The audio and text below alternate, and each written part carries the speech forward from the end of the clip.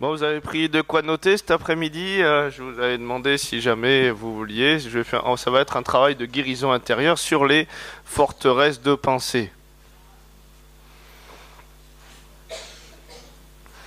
Donc ça peut être le titre de l'enseignement, les forteresses de pensée.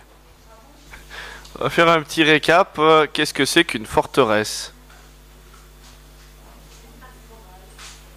Pardon? Une place forte. Donc je sors de la cambrousse et puis vous devez m'expliquer ce que c'est une forteresse. Une place forte. D'accord? C'est-à-dire une prison. Une place forte, une prison.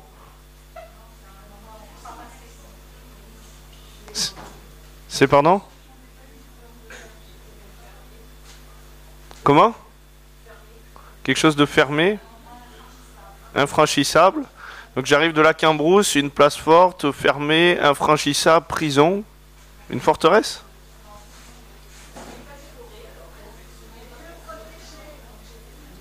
Un lieu protégé, protégé par des grandes murailles. Ok, donc on tourne autour du pot, il y a des mots qui sont dits, mais simplement si on devait le définir assez simplement, c'est une construction, donc il y a des pierres, hein, une forteresse, c'est quelque chose qu'on se construit pour se protéger.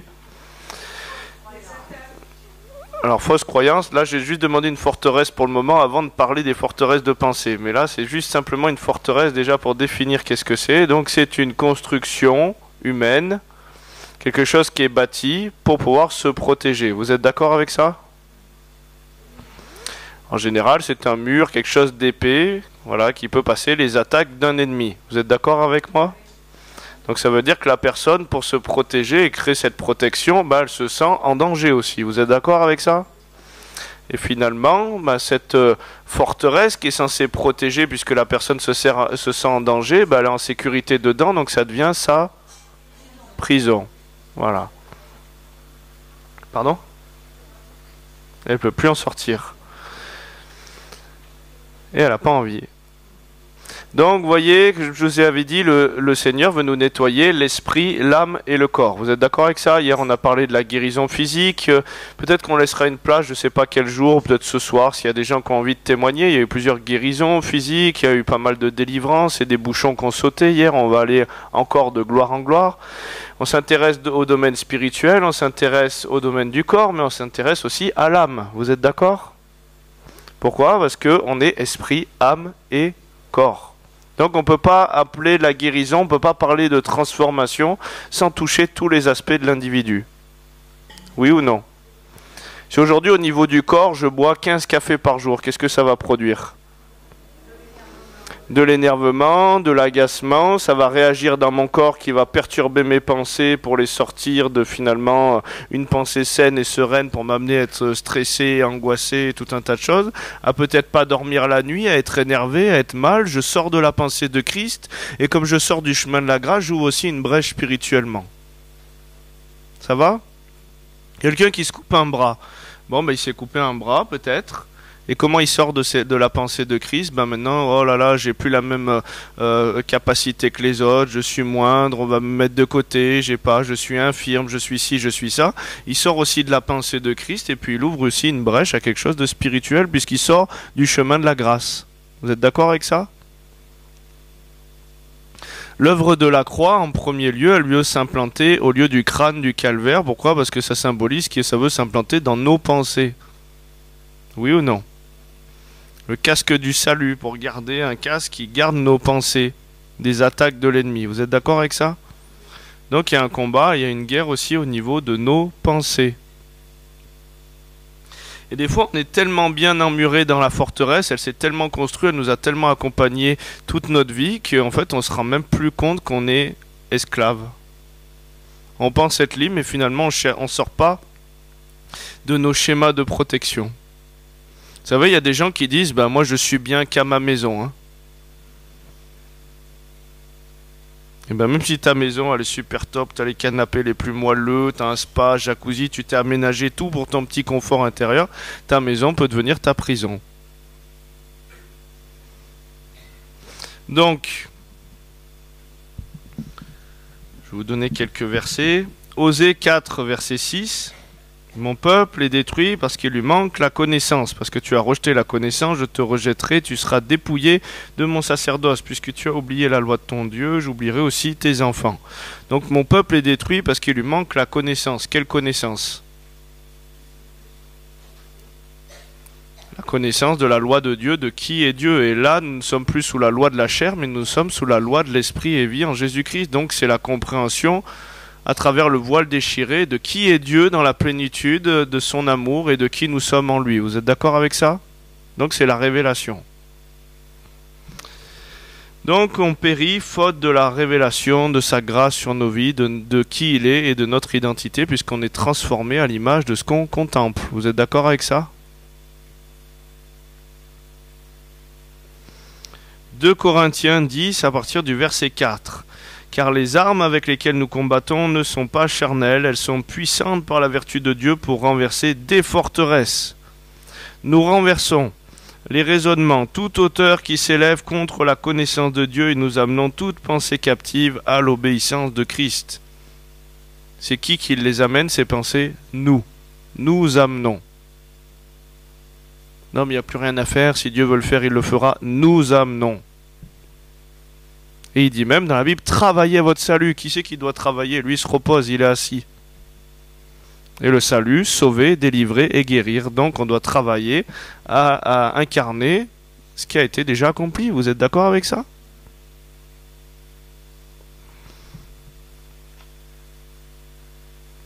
Donc Luc 4, 17, et on lui remit le livre du prophète Ésaïe, l'ayant déroulé, il trouva l'endroit où il était écrit « L'Esprit du Seigneur est sur moi ». Parce qu'il m'a oint pour annoncer une bonne nouvelle aux pauvres, il m'a envoyé pour guérir ceux qui ont le cœur brisé, pour proclamer aux captifs la délivrance, aux aveugles le recouvrement de la vue, pour envoyer libres les opprimés, pour publier une année de grâce du Seigneur. Donc le Seigneur, il nous a envoyés pour libérer les captifs. Vous êtes d'accord? Pour annoncer cette bonne nouvelle. Bon, je vais vous raconter des témoignages. Faites-moi penser à vous donner le témoignage de Tina après, si j'y pense pas, parce que des fois j'ai plusieurs. Donc, la Bible, elle nous dit qu'on doit renverser des forteresses et des raisonnements qui s'élèvent contre la connaissance de Dieu. En Christ, nous avons le dévoilement de qui est le Père et de qui nous sommes en lui. Vous êtes d'accord avec ça?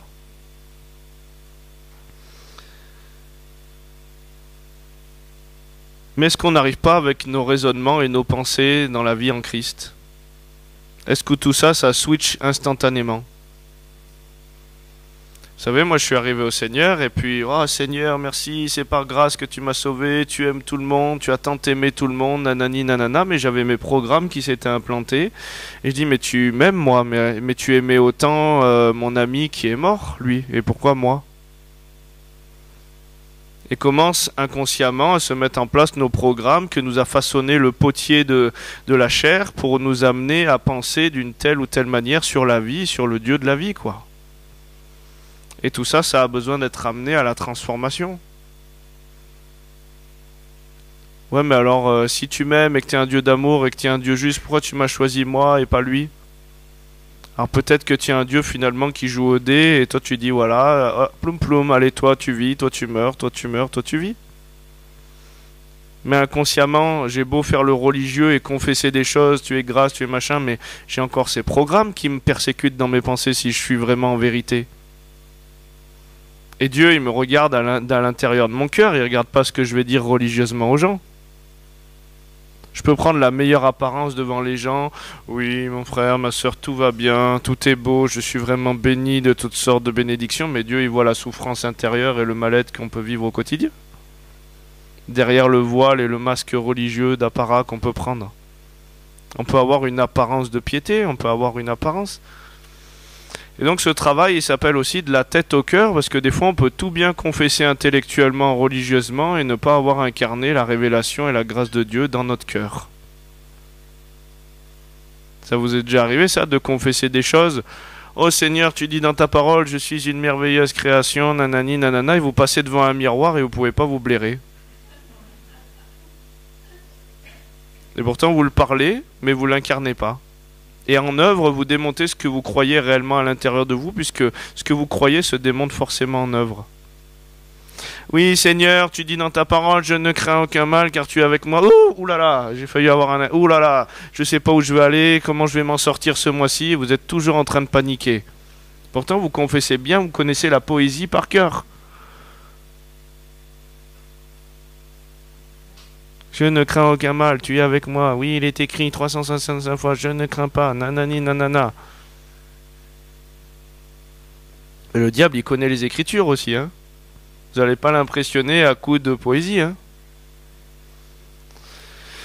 Et donc, c'est important aujourd'hui d'être en vérité, parce que tant qu'on n'est pas en vérité, et qu'on est encore depuis le voile, l'apparence d'eux, où on essaye d'améliorer l'ancien plutôt que de reconnaître notre faiblesse et notre besoin de Dieu dans cet endroit-là, et ben on peut passer toute une vie à bénir le voile et pas à ce qui vienne à l'intérieur libérer le captif.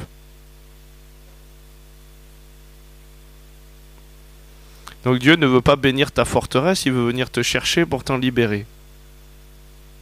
Et il ne veut pas faire une méthode couée de proclamation de la parole où on nous dit oui, proclame la parole, proclame, proclame, proclame. Alors ok Seigneur, voilà, je suis une merveilleuse création, c'est pas un esprit de timidité mais de force que tu m'as donné, nanani, nanana. Et moi je proclamais ça. Quand on m'a demandé de faire ma première prédication en public, toute la semaine, j'avais des angoisses, j'avais des envies de vomir, je commençais à manquer de tomber dans les pommes. Et tous les soirs, je liais, je reliais, je déliais l'esprit de timidité, je proclamais les promesses de Dieu. C'est pas un esprit de timidité, c'est ci, c'est ça. Et le jour J arrivé, je manquais de me liquéfier, de tomber dans les vapes. Mais parce que je peux confesser comme la méthode Coué, et la méthode Coué, elle va tomber sur la forteresse. Et elle va pas passer l'arrière, parce que Dieu, d'abord, il veut qu'on connaisse la vérité sur cette construction pour pouvoir la détruire, pour pouvoir ensuite bâtir. Le mandat du prophète Jérémie, c'était quoi? Abattre, défricher, arracher, pour ensuite rebâtir, replanter, reconstruire. Tu peux pas bâtir si tu n'as pas arraché quelque chose. Tu ne peux pas construire si le terrain n'a pas été aplani. Donc si la forteresse n'est pas tombée, tu vas bénir la forteresse. Dieu ne veut pas poser un meuble sous le tapis où il y a de la poussière, il veut nettoyer la poussière. Vous êtes d'accord avec ça? Et des fois, on est simplement en train de bâtir sur des blessures et on essaye d'améliorer, de faire tenir tout l'édifice sur ce truc qui a été bancal au fondement. Et plus on avance et plus on le voit dans les ministères, par exemple, des gens qui n'arrivent pas à gérer la pression, le regard des autres parce qu'ils n'ont pas traité les forteresses, plus ils avancent dans la visibilité ou dans des choses, c'est pour ça que ça donne des ministères qui après pètent un câble ou deviennent délirants, alors qu'il y a un réel appel sur leur vie parce qu'il y a des choses qui n'ont pas sauté et la pression va révéler les fuites, quoi. C'est un peu l'évangile du plombier, dédicace à Patrice. Comment tu sais qu'il y a une fuite dans un tuyau? Bah, tu mets la pression et la pression révèle les fuites. Et donc si cette pression ne va pas travailler ton intérieur, au bout d'un moment ça va exploser. Donc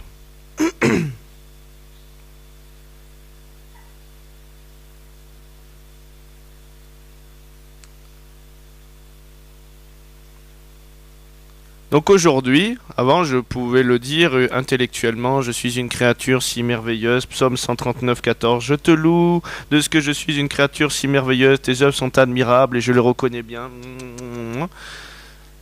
Mais avant je pouvais le confesser intellectuellement, maintenant je le possède. Et c'est complètement différent parce que quand tu le possèdes et que quand tu es guéri, tu peux l'incarner et le transmettre.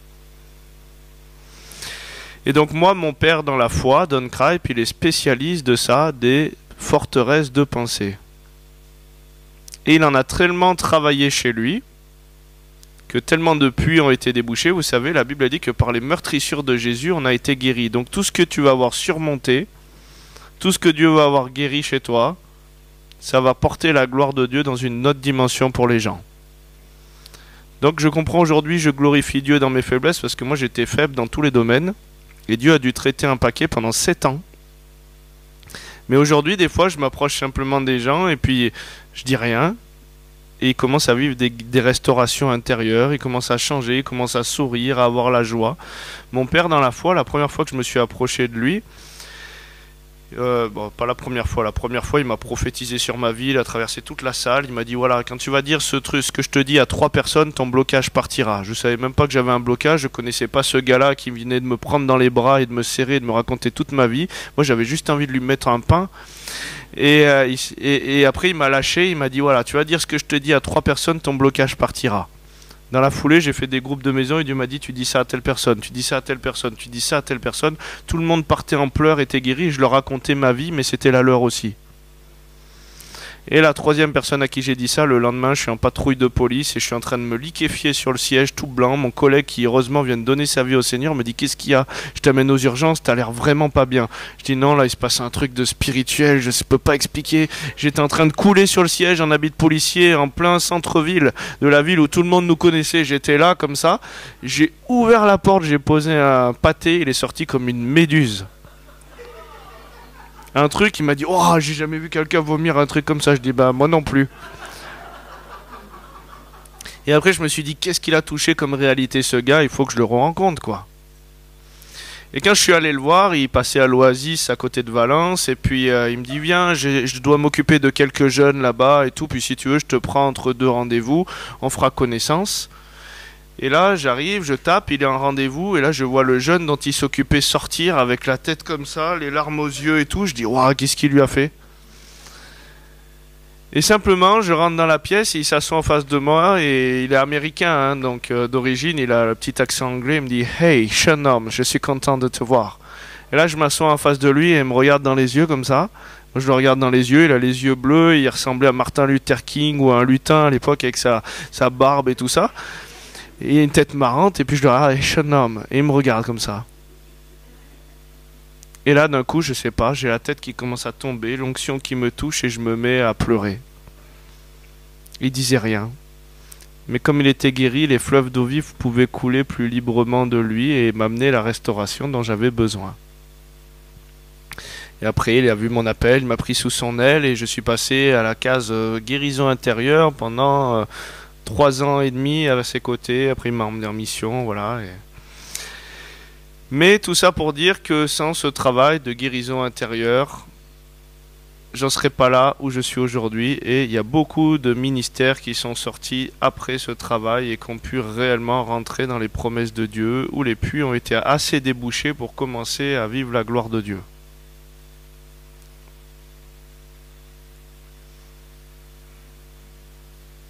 Donc on peut pas mentir avec Dieu, vous êtes d'accord avec ça? Les gens me disent ouais, moi j'ai tout compris, la grâce de Dieu, le cœur du Père, moi la révélation, waouh, et tout ça, je sais pas ce que je peux apprendre encore dans la grâce de Dieu. Et ben écoute, moi quand je te vois marcher dans les rues, je vois pas les gens guéris par ton ombre encore.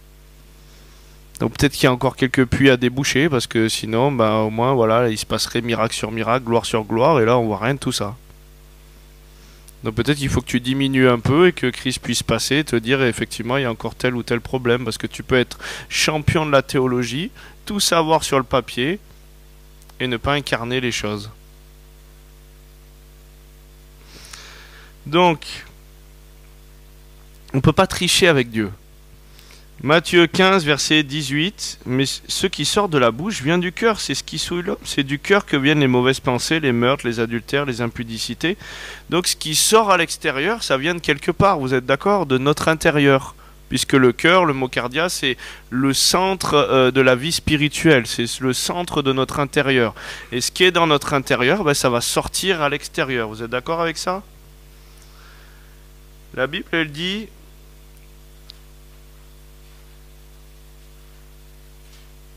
Il est telles les pensées de son cœur, Proverbe 23, 7. Car il est telles les pensées de son âme. En gros, ça veut dire tel il est à l'extérieur, tel il est à l'intérieur. Donc ce que tu reflètes à l'extérieur, bah, c'est ce que tu vas avoir compris dans ton intérieur. Imaginez quelqu'un qui arrive. Oui, Dieu est amour, repens-toi. Est-ce que vous pensez que là, il véhicule le caractère de Christ et il vous amène l'amour déjà dans ce qu'il véhicule à l'extérieur? Et donc, c'est important d'avoir ces bouchons qui sautent pour pouvoir voir Dieu tel qu'il est, puis se voir nous aussi à son image.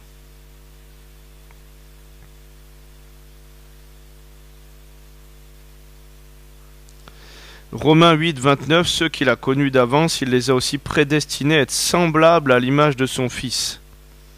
Donc on doit être à son image, vous êtes d'accord avec ça? Parfait dans la révélation de l'amour du Père. Tu es mon Fils, ma fille bien-aimée, en qui j'ai mis tout mon amour.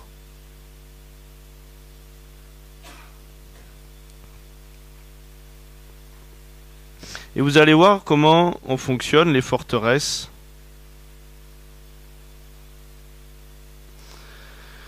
Donc moi je confessais que c'était par grâce que j'étais sauvé au moyen de la foi. On le connaît tout ça, vous savez le dire par cœur, vous pouvez le réciter. Je peux même l'apprendre à un enfant de 3 ans, il peut me redire les bons mots mais il a peut-être rien compris. Et donc je confessais des choses et puis à un moment je me suis dit voilà, moi j'ai des problèmes pour parler en public. Et donc, je disais, Seigneur, voilà, tu m'appelles à parler, mais je n'y arrive pas, je panique, je sais pas ce qu'il y a, c'est plus fort que moi, et pourtant je lutte, parce que j'ai compris que c'était pas un esprit de timidité, mais de force. Donc je lutte, et vous savez, le plus fou, c'est que le Seigneur, il m'a mis à faire des cérémonies aussi à la police municipale. Moi qui ne supporte pas de parler en public.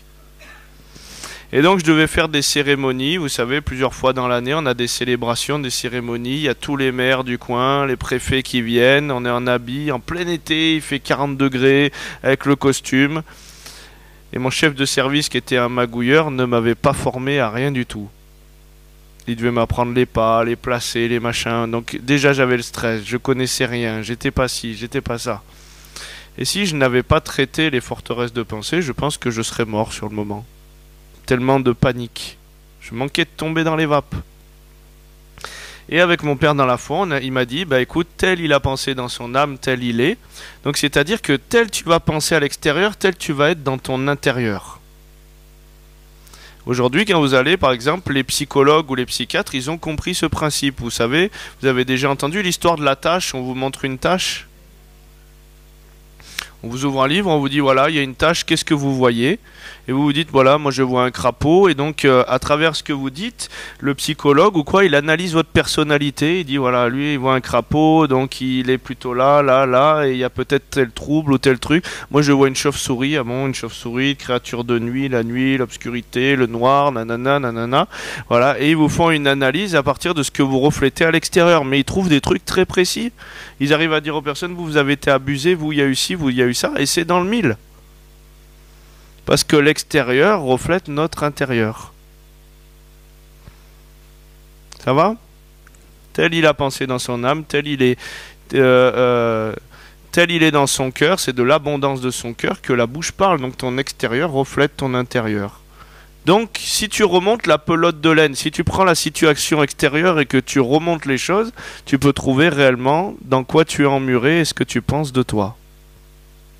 Vous comprenez? Je vais vous donner un exemple. Donc moi, ma situation extérieure qui me bloquait, c'était la prise de parole en public. Donc ça, c'était l'extérieur, c'était ce que je projetais. La situation de prise de parole en public, c'était mon blocage. Et le Seigneur, il me dit, bah voilà, tu vas remonter la pelote de laine et tu vas analyser ce qui sort de toi et ce que tu projettes dans la situation. Ben, si je parle en public, les gens vont me juger. Ok, bah tu notes ça, je vais être jugé. Si je parle en public, j'ai peur de ne pas être à la hauteur de leurs attentes. J'ai peur de ne pas être à la hauteur de leurs attentes. C'est ce que je projette dans la situation.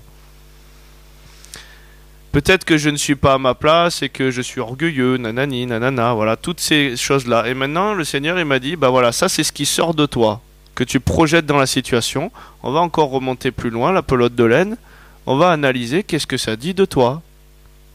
Parce que si j'ai une pensée extérieure, je suis en train de refléter ce que je crois de moi, vous êtes d'accord? Donc si on va me juger en général, et que j'ai peur d'être jugé, ça veut dire que j'ai peur d'être vu comment? Quelqu'un qu'on juge et qui a peur de se présenter au jugement, c'est qu'il pense être quoi? Coupable. Pour pouvoir être coupable, ça veut dire qu'il est fautif. Tiens, je confesse que je suis juste, et là finalement je me vois coupable. Fautif. Si j'ai peur de ne pas être à la hauteur de leurs attentes, quelqu'un qui n'est pas à la hauteur des attentes des autres, ça veut dire qu'il se sent comment? incapable. Oh, Seigneur, je confesse que je suis gracié, là je me vois coupable. Je confesse que je puis tout par celui qui me fortifie, je me vois incapable. Et la réalité de ce que je crois, ce n'est pas ce que je dis, c'est ce que je démontre, puisque la foi amène l'œuvre. Vous êtes d'accord avec ça?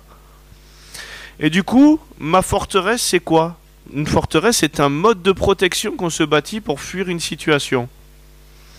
Et ben, à chaque fois que dans n'importe quel travail, on voyait mes capacités, ma valeur, et que je devais gérer une équipe ou présenter un truc en public ou quoi, même à la police, avant que ce problème soit traité, je voulais me faire passer pour malade et aller me faire un arrêt pour le médecin pour que ce soit un autre de mes collègues qui fasse la cérémonie. Alors que c'était mon tour de la faire et que personne n'aimait faire ça. Donc ma forteresse, c'était je dois fuir pour me protéger.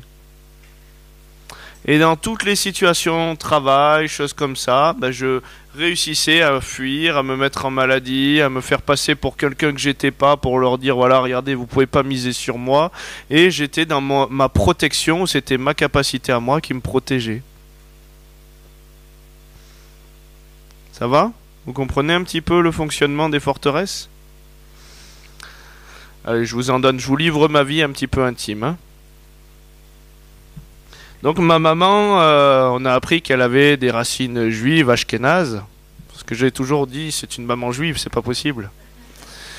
Et donc, ma mère, très maman poule. Papa, à l'extrême inverse, très, voilà. Mais maman, très maman poule. Et donc, ma mère, quand je rentrais de l'école, elle arrivait avec le plateau repas, avec le goûter, avec tout ça, pour pas qu'on bronche, pour qu'on soit servi toujours comme des princes. Elle venait 5-6 fois la nuit pour voir si je dormais bien, si je respirais toujours, jusqu'à très tard. Enfin, voilà, tous les aspects de ma vie étaient sous contrôle de ma maman, quoi. Et même, je m'asseyais sur le canapé avec le plateau repas. À un moment, elle me disait, voilà, ça fait longtemps que t'es pas allé aux toilettes faire pipi. T'as pas envie de faire pipi, là?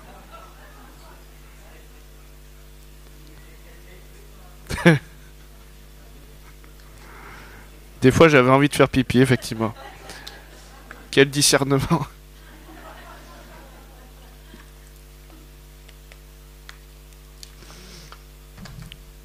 Et donc elle, c'est parce qu'elle avait manqué d'amour et qu'elle n'avait pas connu son père biologique. Et donc elle essayait d'amener ce qu'elle n'avait pas eu, mais c'était encore une construction pour combler quelque chose. Vous voyez comme ça part d'une blessure, d'un blocage, comment on le démultiplie. Et donc, moi, si vous voulez, mon premier rapport à une femme, à l'amour d'une femme, c'était l'amour de ma mère. Vous êtes d'accord avec ça? Et donc, j'ai grandi avec la pensée que finalement, pour ma mère, comme je voulais pas lui faire de mal, ben, je devais m'oublier. Je devais être un petit peu sa chose ou sa marionnette parce que j'avais pas envie de lui faire du mal. Et donc, inconsciemment, quand j'ai été à l'adolescence, avec des relations avec des femmes, et ben, dès que ça devenait un peu sérieux dans la relation, soit je fuyais, soit c'est pareil, je me faisais passer pour quelqu'un que j'étais pas quand j'aimais bien et que je voulais pas blesser la personne pour que ce soit elle qui arrête la relation pour pas la blesser. Mais c'était une fuite. Et même des fois, après un rapport sexuel, j'arrivais à partir pendant la nuit et je comprenais pas pourquoi je faisais ça. Et en fait, mon premier rapport à l'amour d'une femme et l'engagement avec une femme, en fait, c'était quelque chose qui était étouffant pour moi. L'amour d'une femme fait autant de mal que de bien. L'amour étouffe. Et donc je fuyais l'engagement amoureux pour ne pas être privé de ma liberté. Vous imaginez la construction et comment ça peut façonner toute une vie et comment ça m'impactait dans le plan spirituel. Eh ben, on est l'épouse de Christ. Et donc on est toujours esprit, âme et corps. Vous êtes d'accord avec ça? Eh ben, même l'amour de Christ, de l'époux, l'épouse et l'engagement, je lui avais dit ok parce que je savais qu'il était le chemin, la vérité et la vie. Mais quand je devais m'abandonner, vous savez, dans une relation intime, puisque la vie c'est de le connaître, et c'est le même mot, c'est un idiome juif pour parler d'une relation sexuelle. On doit s'abandonner dans une relation intime aussi pour pouvoir vivre tout ce qu'on a à vivre et pas contrôler ou pas garder et être dans l'abandon à l'autre. Vous êtes d'accord avec ça? Et donc, eh ben, quand l'onction devenait forte, un moment où je devais perdre un peu le contrôle sur moi-même, ma liberté, toutes ces choses-là, hop, je raisonnais, je sortais de l'onction pour ne pas m'abandonner. Et donc j'étais toujours en contrôle des choses. Et je laissais jamais vraiment Dieu passer.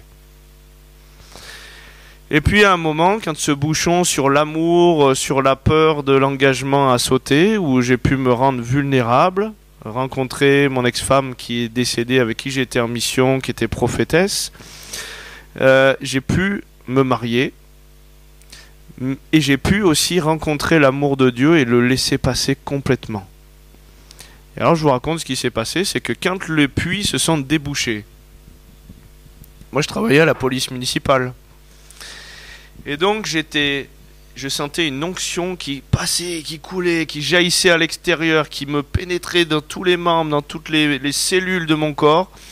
Et je faisais passer des fois à 4 heures les enfants au passage piéton et tout ça. Donc j'étais là et puis je manquais de me casser la figure. J'étais déglingué dans l'onction, complètement ivre de sa présence.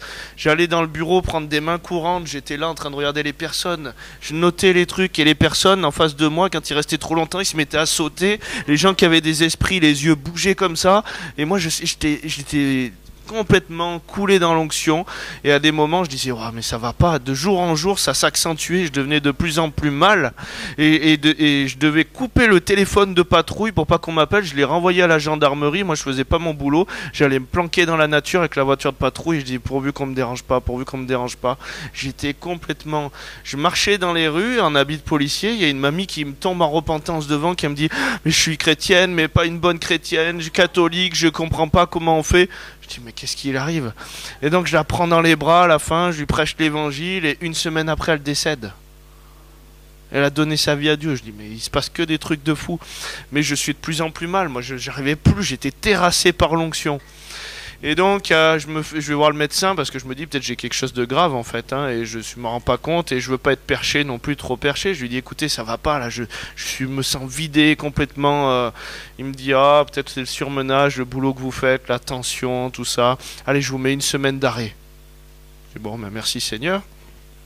Et ça s'est accentué dans cette semaine d'arrêt, c'est-à-dire que j'étais sur le canapé comme ça en train de regarder le plafond toute la journée, et à des moments j'avais envie de faire pipi, il n'y avait pas ma mère qui me disait t'as envie de faire pipi, non mais j'avais envie de faire pipi, et j'étais là et puis je regardais le plafond et puis ça me prenait 4 heures pour me hisser jusqu'aux toilettes et pour pouvoir arriver à faire pipi tellement que j'étais déglingué dans l'onction quoi. Il y a un bouchon qui a sauté, et il y a une gloire qui a pu jaillir nouvelle, et la révélation du cœur du Père, j'aimais les gens, un amour qui coulait, des choses nouvelles. Mais ces forteresses de pensée, c'était un bouchon qui empêchait la grâce de Dieu de passer.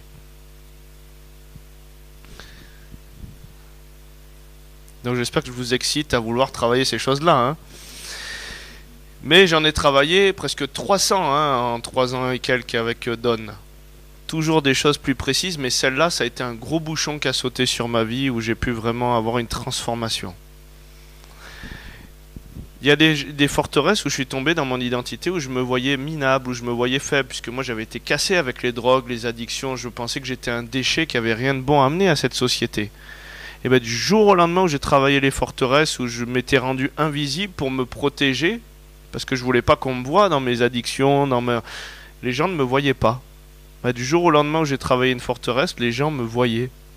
Il y a même des gens où j'ai travaillé une forteresse où je me voyais faible, minable, inférieur aux gens. Les gens m'ont dit mais t'as changé. Ils savaient pas ce que j'avais fait. Les gens au boulot qui étaient même pas chrétiens m'ont dit mais t'as grandi, t'as grandi, t'as fait quelque chose. Rien du tout, ça s'est passé spirituellement. Et tel il est, tel nous sommes aussi dans ce monde. Vous êtes d'accord avec ça ? Et donc c'est important de voir aujourd'hui, de comprendre ce principe-là. Pourquoi ? Parce que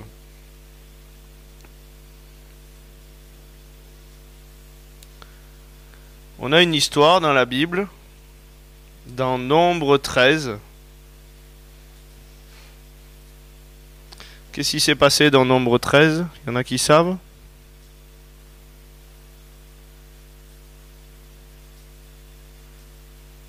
Il y a des personnes qui sont allées au devant pour pouvoir espionner, pour pouvoir faire un rapport de quoi ?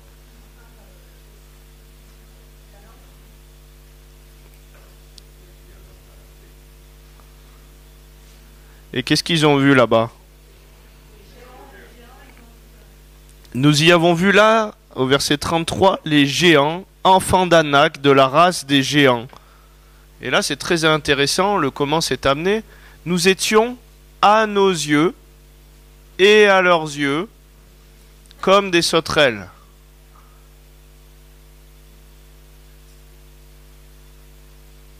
À nos yeux et à leurs yeux comme des sauterelles. Est-ce que David, qui était un enfant sans armure, il s'est vu comme une sauterelle face à ce géant Goliath?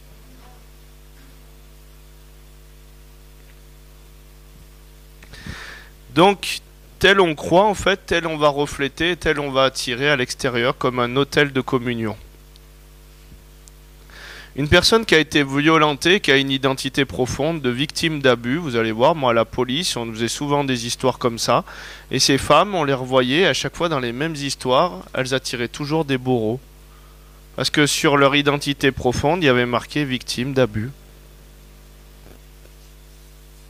Et leur forteresse pour se protéger, c'est si je suis victime, je dois trouver quelqu'un de fort qui peut me défendre.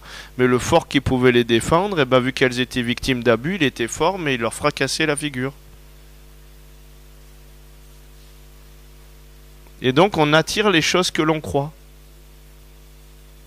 Ce que je crains, ce que je crois, c'est ce qui m'arrive. Ce que je redoute, c'est ce qui m'atteint. Et imaginez les forteresses, comme c'est tellement profond, vous êtes avec votre époux, votre épouse, et puis vous arrivez, vous dites, allez, aujourd'hui je me suis levé du bon pied, je vais faire un super compliment à ma chérie que j'aime tant. Ma chérie, waouh, qu'est-ce que t'es belle aujourd'hui. Passez au filtre des forteresses de madame. Mais comment ça? Ça veut dire que j'étais pas belle hier? Non, ma chérie, je dis pas ça, tu es vraiment en beauté aujourd'hui. Ah, mais vous, dans la famille, de toute façon, t'es comme ton père, hein, vous savez pas parler aux femmes, et ta mère, elle se plaint de ton père, mais toi, c'est pareil, tu es comme ci, tu es comme ça, et puis, vous savez pas prendre votre place d'autorité, vous les hommes, dans la famille. Ouais, mais toi, t'es comme ta mère, hein, de toute façon, vous laissez pas la place, Jézabel, hein, nanana, et puis, des meilleures pensées, naît un conflit, et puis, de ce conflit, ça explose. À cause des forteresses.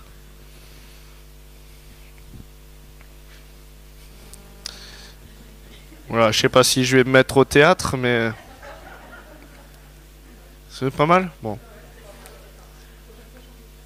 Change de. Alors, alors merci Seigneur que ça n'a pas été enregistré. Donc.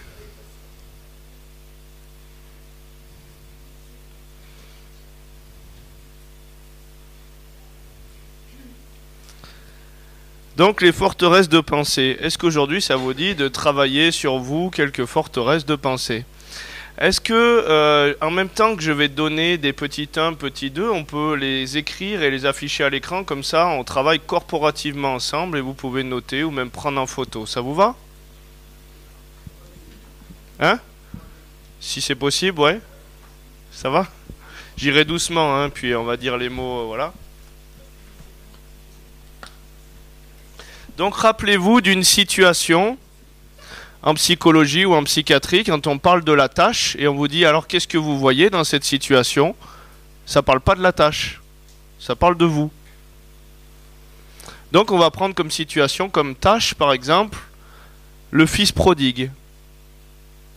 L'histoire du fils prodigue, on a tous été le fils ou la fille prodigue, oui ou non? Et pour ceux qui n'ont pas été le fils ou la fille prodigue, on va prendre encore une autre situation. Le fils qui est resté dans la maison du père et qui jalouse les bénédictions de l'autre et qui n'avait rien compris. Et qui est frustré de tout faire bien et qui finalement n'accède pas.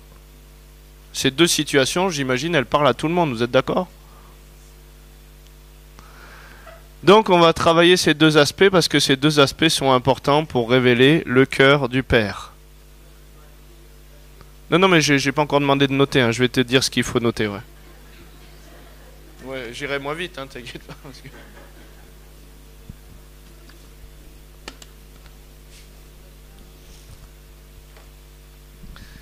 Donc, on va prendre par exemple la situation du fils prodigue. Vous êtes d'accord avec ça? Donc, le fils prodigue, qu'est-ce qu'il a fait? Il est sorti de la maison de son père et il a commencé à dilapider tout son héritage. Vous êtes d'accord avec ça? Donc on pourrait dire la situation c'est quoi? C'est que finalement le fils prodigue il se sent un petit peu au bout du rouleau, il a fait n'importe quoi et il a envie de revenir vers son père. Vous êtes d'accord avec ça? Donc on peut noter par exemple situation, ça c'est le titre, la situation. Et après vous pourrez vous exercer pour d'autres situations dans votre vie. Mais là au moins ça va vous parler pour vous donner des clés pour travailler sur vous.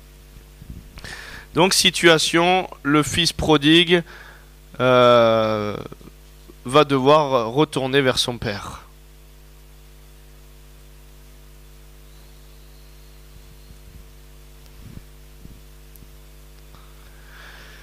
Ça c'est la base de la situation et comme je vous disais maintenant, le petit 1, c'est ce que je pense. Donc c'est qu'est-ce que je projette dans la situation si je me mets à la place du fils prodigue. Ce que je pense, petit 1, ce que je pense. Et là, c'est toutes les pensées que je vais développer si je me projette dans la situation. Alors, comment vous vous sentiriez-vous si vous aviez fait n'importe quoi et que vous vous dites maintenant il faudrait que je retourne vers mon père, au moins il y avait à manger? Vous vous dites quoi alors de vous-même?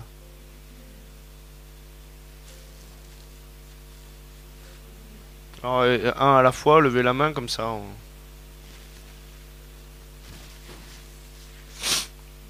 Qu'est-ce que vous vous dites?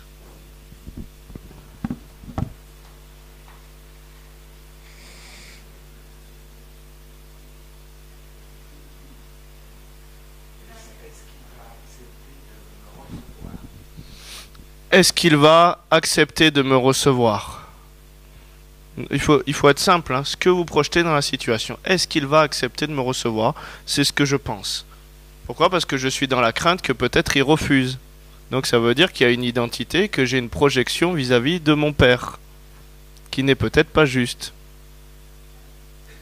Oui, mais on va développer. Aujourd'hui, sachez que si vous avez une mauvaise image sur vous, vous avez forcément une mauvaise image sur Dieu. Parce que vous êtes à son image.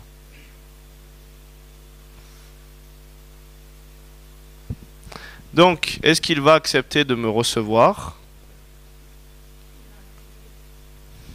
Il va peut-être me crier dessus. Donc il va peut-être m'engueuler ou me crier dessus. Ça, on peut le mettre encore dans ce que je pense. On peut faire des sous-catégories. Le premier, c'est est-ce qu'il va m'accepter? Le deuxième, c'est je vais me faire engueuler. Ensuite, est-ce qu'il y a d'autres personnes? Si vous projetez dans la situation, qu'est-ce que vous diriez? Alors, il y a quelqu'un qui dirait je suis nul. Donc, dans le sens de je suis nul, qu'est-ce qui va se passer? Si je vais voir mon père, je me sens nul. J'ai honte d'aller voir mon père. Voilà, par exemple. Il quoi, pardon?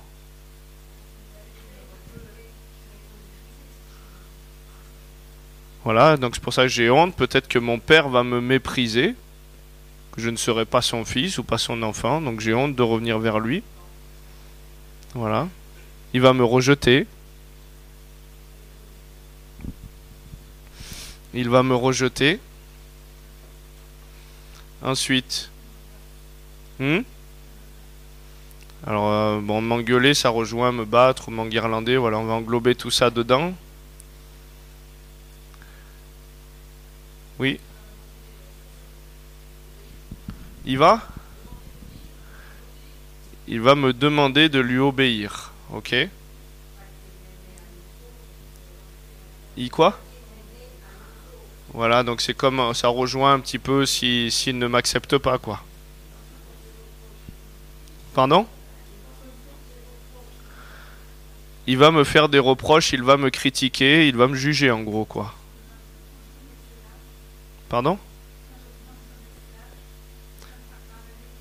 Il va me prendre comme esclave. Il va me faire travailler pour payer ce que j'ai fait. Eh bien, c'est exactement ce qu'il a pensé, hein, vous rigolez, mais c'est exactement ce qu'il a pensé, le fils prodigue. Il a fait une repentance, non pas de fils, mais d'esclave, de serviteur.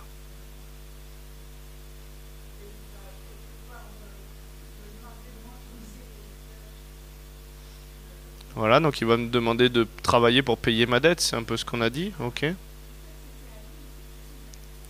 Ouais. Je n'aurai plus le droit à rien du tout, donc je suis déshérité. Ouais, donc ça rejoint la honte et toutes ces choses-là. Ok. On va analyser du coup les pensées qui en découlent. Vous êtes d'accord avec ça? Rappelez-vous, tout ce que vous avez dit là, ça ne parle pas du fils prodigue, ça parle de vous si vous vous projetez dans une situation où vous devez vous repentir en gros.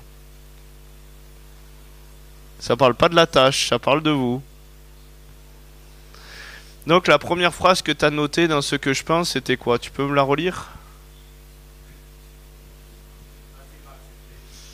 Ok, donc ça c'est le petit 1, ce que je pense. Le petit 2, c'est les pensées sur mon identité. Donc la question que je me pose, c'est va-t-il m'accepter? Donc si mon père ne m'accepte pas, puisque là je suis en train de me questionner que peut-être il peut pas m'accepter, si je me pose la question est-ce qu'il va m'accepter? S'il ne m'accepte pas, je suis qui ou quoi pour lui?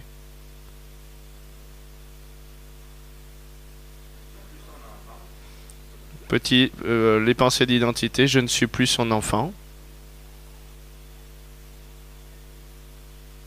Je n'ai plus d'héritage, donc déshérité si je suis plus son enfant. Donc si je suis coupable, c'est que je suis fautif.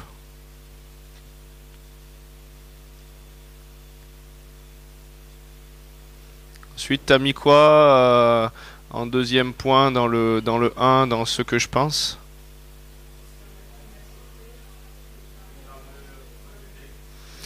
Donc si mon père me rejette, ça veut dire que je suis qui ou quoi pour lui?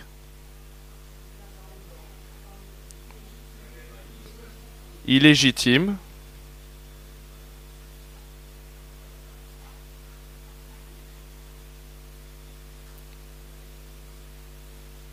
Si mon père me rejette, ça veut dire que je suis qui ou quoi pour lui. Parce que j'ai fait des mauvaises choses, je reviens vers mon père, j'ai fait des mauvaises choses et mon père me rejette.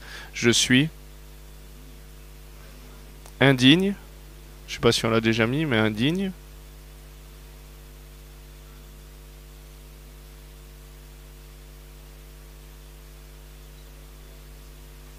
Comment? Donc voilà, je suis plus son fils, on l'a dit, oui. Hein? Je suis la honte de la famille.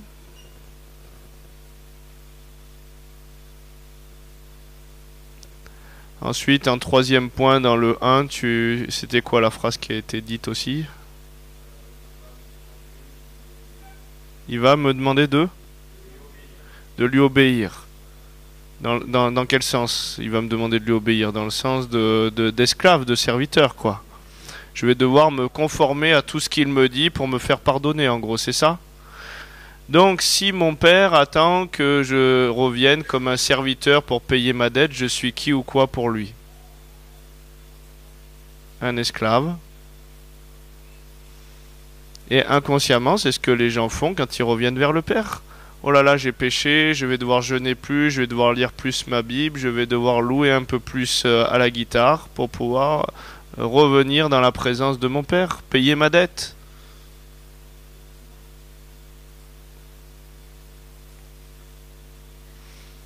Ensuite,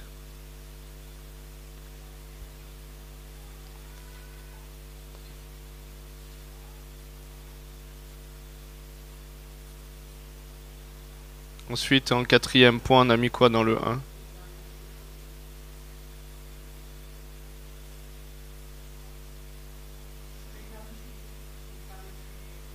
Et donc, si mon père me juge, il va me juger quoi? Puisque je crains son jugement. Ça va pas être un jugement positif, il va me juger quoi? Incapable.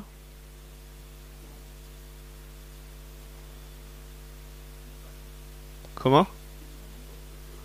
Voilà, incapable, coupable,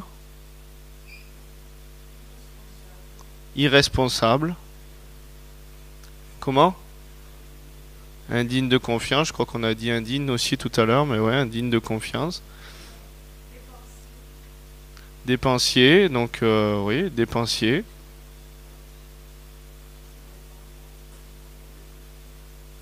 Mauvais gestionnaire, ça rejoint dépensier, mauvais gestionnaire. Donc il pourra pas me faire confiance avec son héritage, quoi. égoïste. Ensuite, en cinquième point, on a marqué quoi? Comment? J'ai rien compris. Il est déshérité. Il va me déshériter, c'est ça qu'on a marqué? Donc si mon père, parce que j'ai fait une erreur, me déshérite, je suis qui ou quoi pour lui? Si mon père, parce que je fais une erreur, me déshérite, ça veut dire qu'il m'estime comment? Un enfant qu'on déshérite parce qu'il a fait une erreur, ça veut dire que je le vois bon à rien, bon à jeter, banni, donc ouais.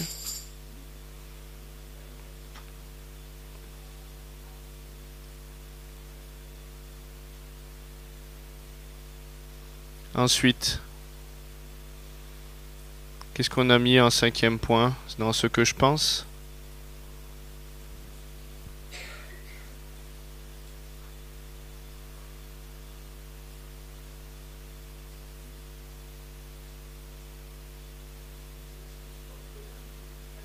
Ouais. Bah effectivement, si je suis déshérité, après j'ai plus de père, donc j'ai une identité d'orphelin, et on la retrouve cette identité d'orphelin dans la Bible, où lui il veut nous adopter, il veut nous accueillir. Mais tout ça, c'est la conséquence des cassures et des failles de l'identité. Ouais, Billy, on a mis quoi en cinquième point dans le 1?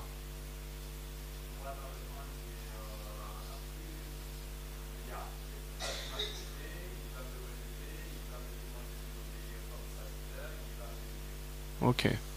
D'accord, on s'est arrêté là. Ok. Et les pensées d'identité, on a mis, ok.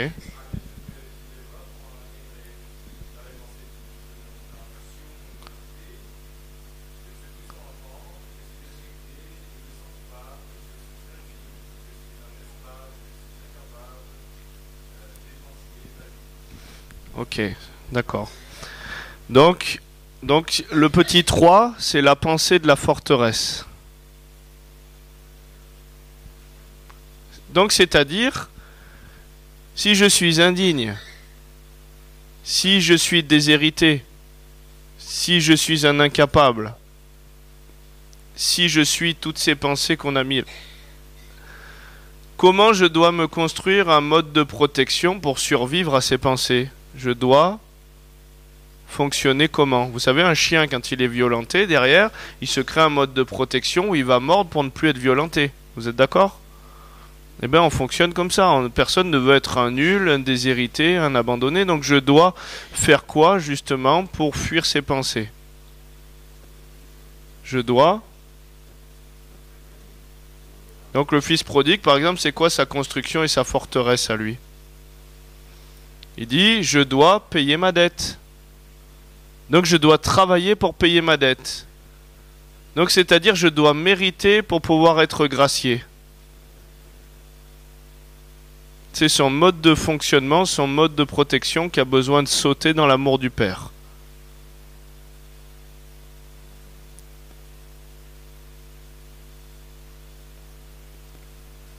Et vous, ce serait quoi votre mode de protection dans ce cas-là où vous avez une identité qui est fausse? Vous feriez quoi pour revenir vers le Père? Vous développeriez quoi comme mode de protection?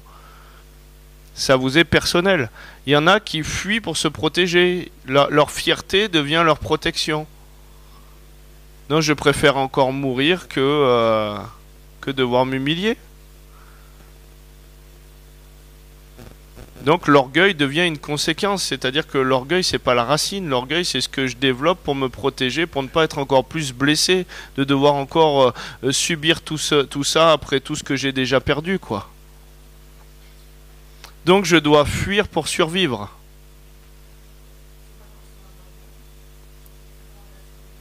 Oui, mais tout ce qui n'est pas de l'obéissance à la parole de Dieu, c'est de l'orgueil. Jésus s'est humilié en se rendant obéissant jusqu'à la mort. Donc tout ce qui n'est pas dans l'obéissance à la parole de Dieu, en ce qui dit de notre identité, dans le fonctionnement dans lequel il nous attend, ce n'est pas de l'humilité, donc c'est de l'orgueil.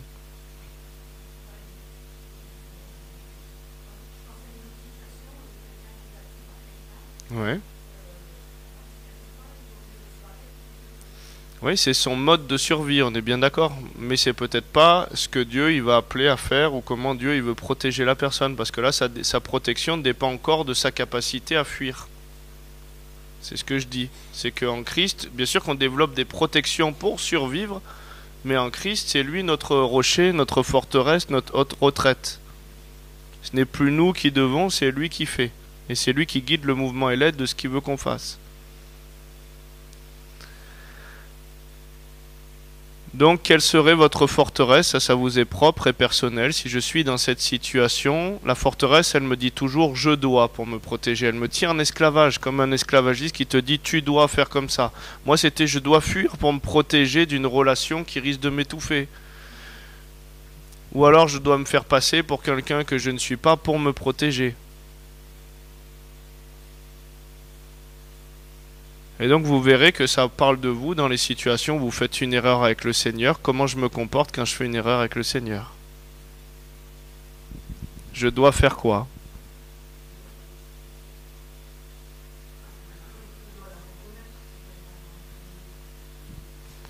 Alors, on va bien analyser ça aussi. Je dois reconnaître cette erreur dans quel but?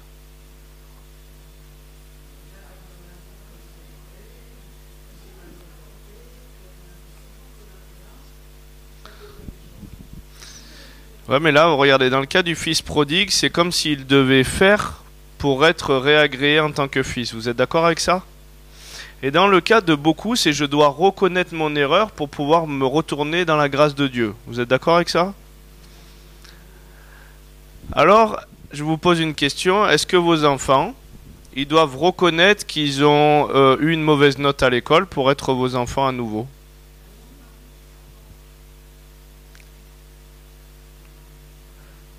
Non, mais c'est parce qu'il y a beaucoup de personnes qui demandent pardon pour être à nouveau dans la grâce, alors qu'ils sont dans la grâce et que la repentance fait que justement ils s'alignent sur plus de bénédictions, mais ils ne sortent jamais de l'identité de fils et de fille. Vous comprenez? Ça, c'est différent. Parce que si je dois demander pardon pour me réapproprier mon héritage, alors que dans le cœur du Père, est-ce qu'il lui a demandé de demander pardon? Non, il a toujours été son fils. Tout était à lui. Vous comprenez? La teshuva, la repentance, c'est un réalignement vers le Père. Ce n'est pas devoir faire pour être à nouveau ce que l'on est déjà. Comprenez? Ça change tout.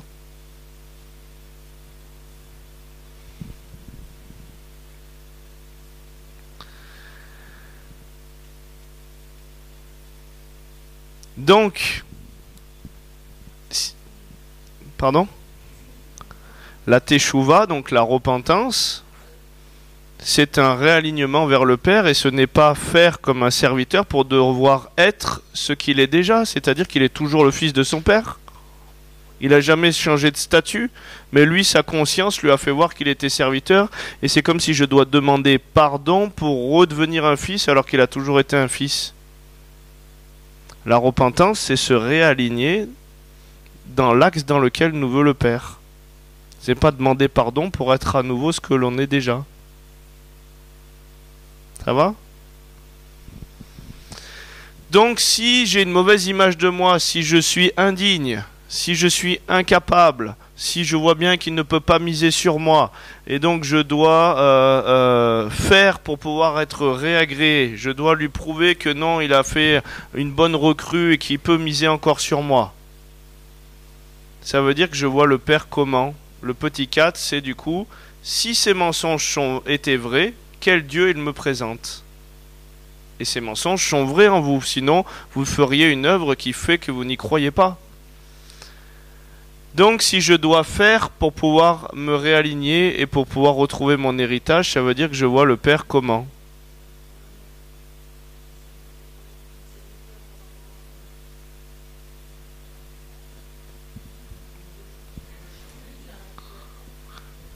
Un père méchant, tu peux marquer. Donc ça me présente un père méchant à travers le prisme de ma forteresse et de ma mauvaise identité. Si je dois faire pour être réagréé, ça veut dire que ça me présente encore un Dieu d'émérite. Si je peux sortir de mon héritage, puisqu'il y a des gens qui m'ont dit déshérité, sorti de l'héritage, ça veut dire que ça me présente un père qui est amour ou un père qui est dur, intransigeant.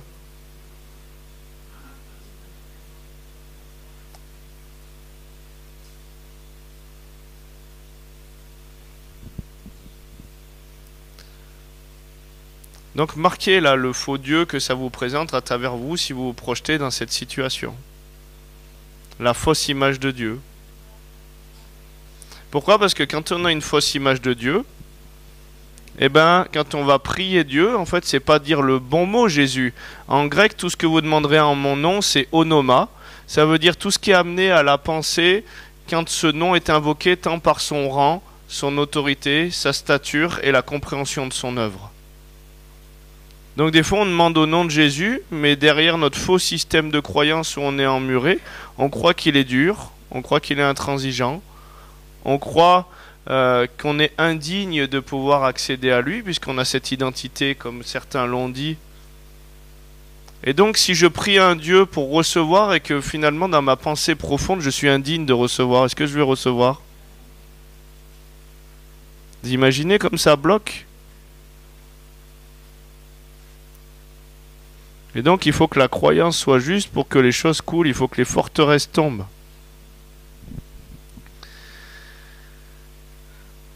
Ça va? Donc ensuite, si vous voulez continuer ce travail, le petit 5, c'est les faux bénéfices et les dégâts que ça amène sur ma vie.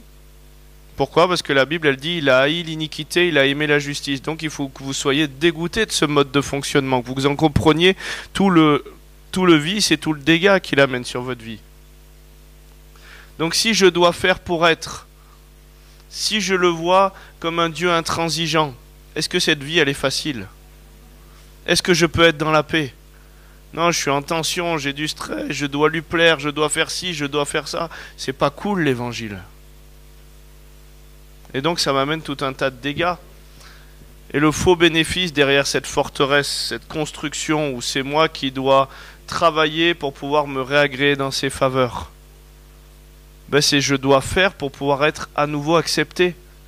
Imaginez votre enfant, votre fils, est-ce qu'il doit faire quelque chose pour être à nouveau votre enfant?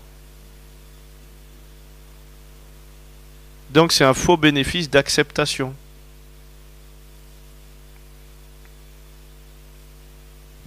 Et c'est comme en addictologie, si les personnes ne sont pas dégoûtées des choses et qu'elles ne trouvent pas le faux bénéfice qu'il y a derrière, par exemple, il y a des gens, ils disent « Moi je fume parce que fumer ça me sociabilise, j'en ai besoin. Moi je fume parce que ça me déstresse et ça me détend. » Et quand on arrive à démontrer que non, au contraire, ça active d'autres circuits et ci et ça ne te détend pas vraiment, ben les gens renoncent à le faux mensonge et veulent, ok, dire bah peut-être qu'il y a autre chose, quoi. Mais on doit faire tomber les faux raisonnements, les forteresses. Donc le 5, c'est les dégâts et les faux bénéfices. Le 6, c'est les pardons. Pardon à qui? Ben, des fois, à tous ceux qui sont censés dans notre vie nous représenter la figure du Père. Et Dieu, il est un Père au cœur de mère. El Shaddai, ça veut dire le Dieu qui nous nourrit à la mamelle. Donc Dieu, il est un père au cœur de mère et le fondement de notre vie, normalement Dieu il a donné des parents, un père et une mère qui sont censés normalement nous bâtir et nous révéler le cœur de Dieu. Et quand il y a des fondements qui sont bancals, parce que les fondements ont été aussi cassés dans les générations, ils nous bâtissent avec leurs failles, avec leurs forteresses, ils nous amènent forcément aussi un déséquilibre. Tout le monde est déséquilibré, on est bien d'accord ? Et donc peut-être qu'il va y avoir des pardons à donner à ces personnes-là. Peut-être qu'il va y avoir des pardons à donner parce qu'une fois que cette identité elle se bâtit sur ma vie, c'est comme un autel. Et l'autel, il va attirer la communion à l'autel. Donc quelqu'un qui se voit indigne, qui se voit nul, toutes les situations de la vie et toutes les personnes et dans le travail vont renforcer sa nullité et son indignité pour l'amener encore plus de destruction. L'ennemi va pas le lâcher là. Et donc peut-être qu'il y a d'autres personnes à pardonner tout au long de votre vie, dans le système scolaire, dans le milieu du sport, dans le milieu du travail, dans le milieu religieux, dans le milieu des amis, qui sont venus et qui ont continué à alimenter cet autel et à pointer cette identité. Et peut-être que la première personne à pardonner, la Bible dit qu'on doit aimer les autres comme... Peut-être que c'est soi-même aussi.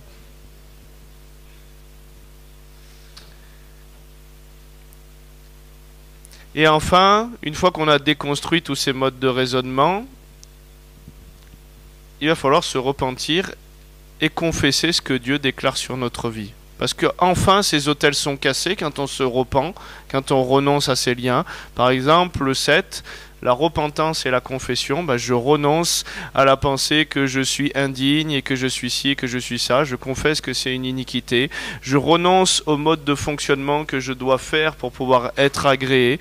Je renonce à la mauvaise pensée que tu es un Dieu comme ci et comme ça. Et je me mets à l'écoute de Dieu pour déclarer ce que lui veut déclarer sur ma vie et sur mon identité par la foi. Parce que c'est la parole de la foi qui va s'incarner. La parole Réma. Romains 10, verset 17. La foi vient de ce que tu entends et ce qu'on entend vient de la parole Réma, révélée que Dieu m'adresse personnellement pour enraciner les choses. C'est pas une méthode couée.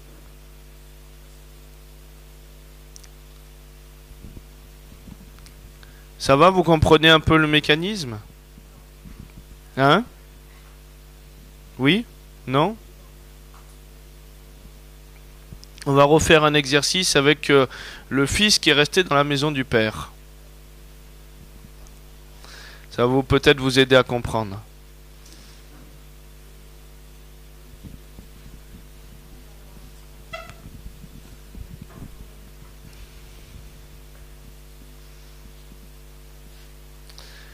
Ça va, vous arrivez à comprendre un petit peu ou pas?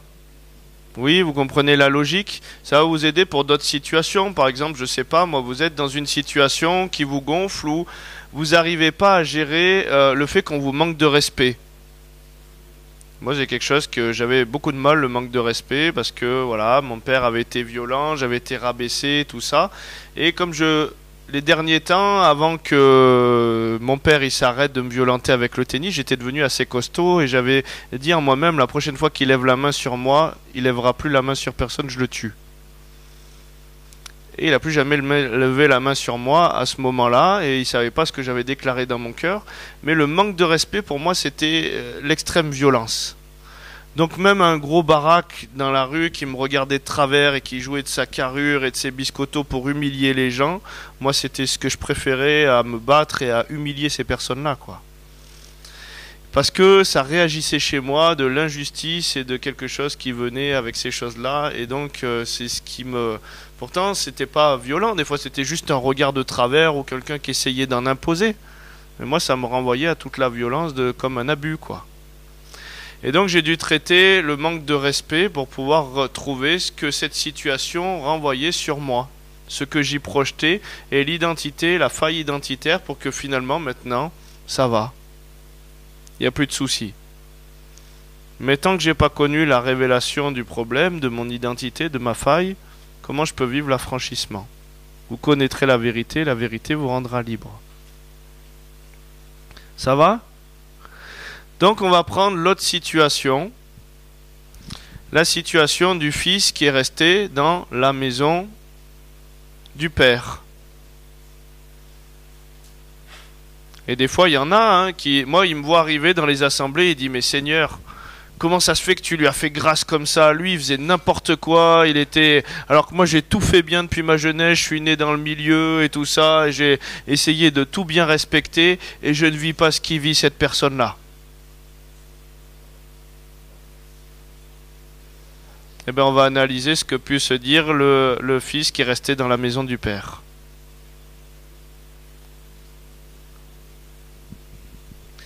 Donc, la situation, comment vous voulez l'appeler?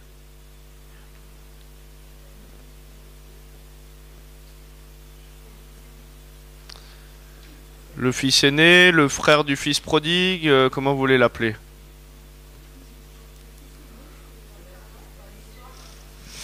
Donc le fils aîné. Ou le faillot. Non. Oh, c'est bon, je rigole.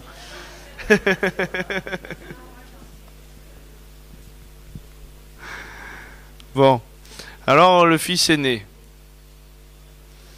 Donc le fils aîné, imaginez, il arrive, la situation, c'est qu'il voit son frère qui a fait n'importe quoi. Vous êtes d'accord? Il arrive, il se pointe et son père, qu'est-ce qu'il fait? Oh, ouais, mon fils qui était perdu, allez, tuons le veau gras, la plus grosse bête, machin et tout. Et lui, il est là, il dit, oh, mais il a jamais fait une aussi belle fête pour moi, je suis resté fidèle, j'ai tout bien fait, j'ai ci, j'ai ça. Et là, on a une situation qu'on peut juger injuste quand on ne connaît pas son identité. Vous êtes d'accord avec ça? Donc, petit un, ce que je pense, qu'est-ce que se dit le fils aîné?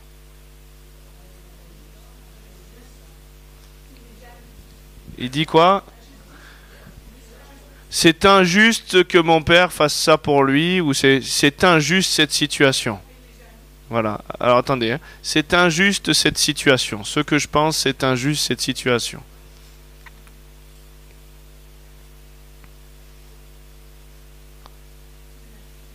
Ensuite, qu'est-ce qui se dit?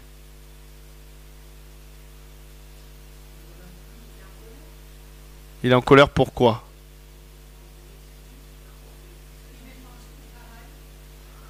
Il il, dé- il dépense mon travail ou le travail du père? Ouais. Ah, c'était au père ce veau gras, c'était pas au fils.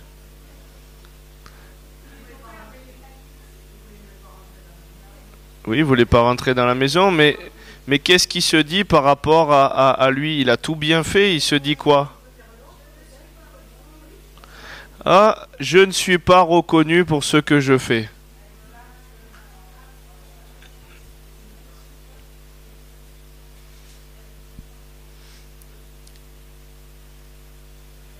Ensuite, qu'est-ce qui peut se dire? Donc la jalousie, c'est une conséquence de si il jalouse quoi alors? Je jalouse l'amour que porte mon père à l'autre fils.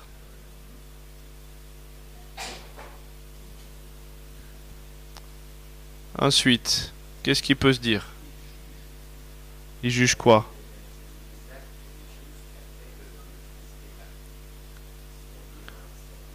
Donc il le juge moins bon que lui et il se juge plus méritant, vous êtes d'accord? Ouais. Donc il se juge plus méritant puisque son frère a fait n'importe quoi.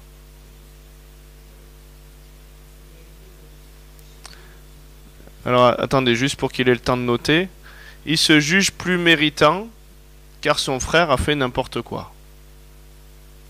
Mais je mérite mieux parce que lui, il n'a pas fait tous les efforts que moi j'ai fait.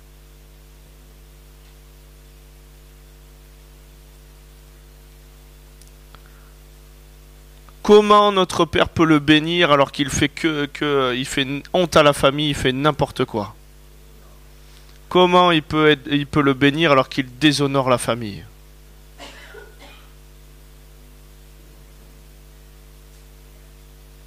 Donc la colère, c'est pareil, c'est une conséquence, c'est une émotion qui vient d'une pensée. Et donc la colère, pourquoi? Parce qu'il se dit quoi? C'est injuste, donc l'injustice, on l'a mis. Il va recommencer, il va certainement recommencer.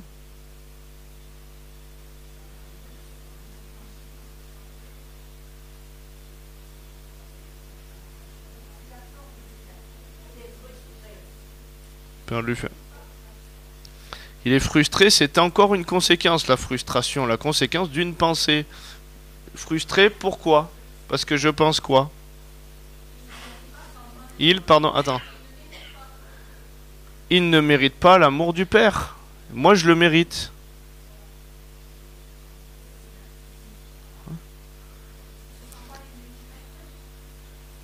Donc, mon père...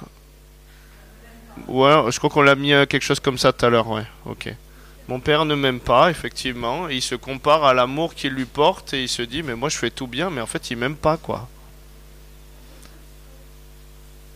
Oui, Billy? Frustré, c'est pareil, c'est ce que je disais. La frustration, c'est une conséquence. Frustré, pourquoi alors? Parce que je ne suis pas reconnu, donc on l'a dit, pour ce que je fais. Ouais. Ok, oui. Donc je crois qu'on a mis quelque chose de similaire, non? On n'a pas dit il gaspille tout et moi je fais tout bien. Voilà. Ouais. Oui, c'est pareil, c'est une conséquence, le reproche, parce qu'il s'estime comment?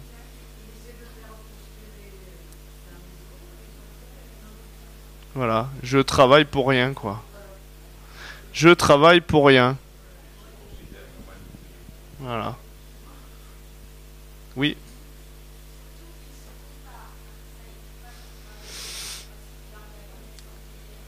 Ouais. Effectivement, mais là, en tout cas, il y en a une. Il se compare. Pourquoi? Parce il se compare à quoi et pourquoi? Donc c'est ce qu'on a dit, c'est que la comparaison lui amène à penser qu'il est mieux parce que lui, il a mieux fait. Donc il mérite plus. Ok, donc on a assez déjà d'éléments pour travailler sur des points d'identité.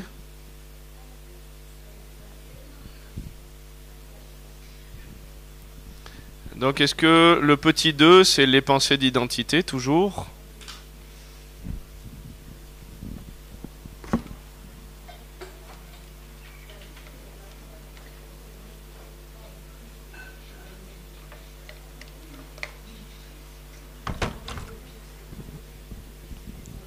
Ah, vous avez pas pensé tout à l'heure à me rappeler de vous dire le témoignage de Tina? Le témoignage... Merci, merci. Ok. Donc, on va garder le petit 2 de côté. Au chaud, je dis juste le témoignage de Tina parce qu'après, j'y pense plus. Donc, vous savez, beaucoup de personnes qu'on a eues en suivi de délivrance, des fois, on voyait qu'il y avait de la délivrance. Tina, il y a son témoignage sur Internet, elle était atteinte de la maladie de Crohn. Et on priait, d'autres pasteurs avant moi avaient prié pour elle, après elle était venue dans notre assemblée, je priais pour elle et on voyait tous un esprit d'infirmité. Ça réagissait, mais il n'y avait rien qui se passait.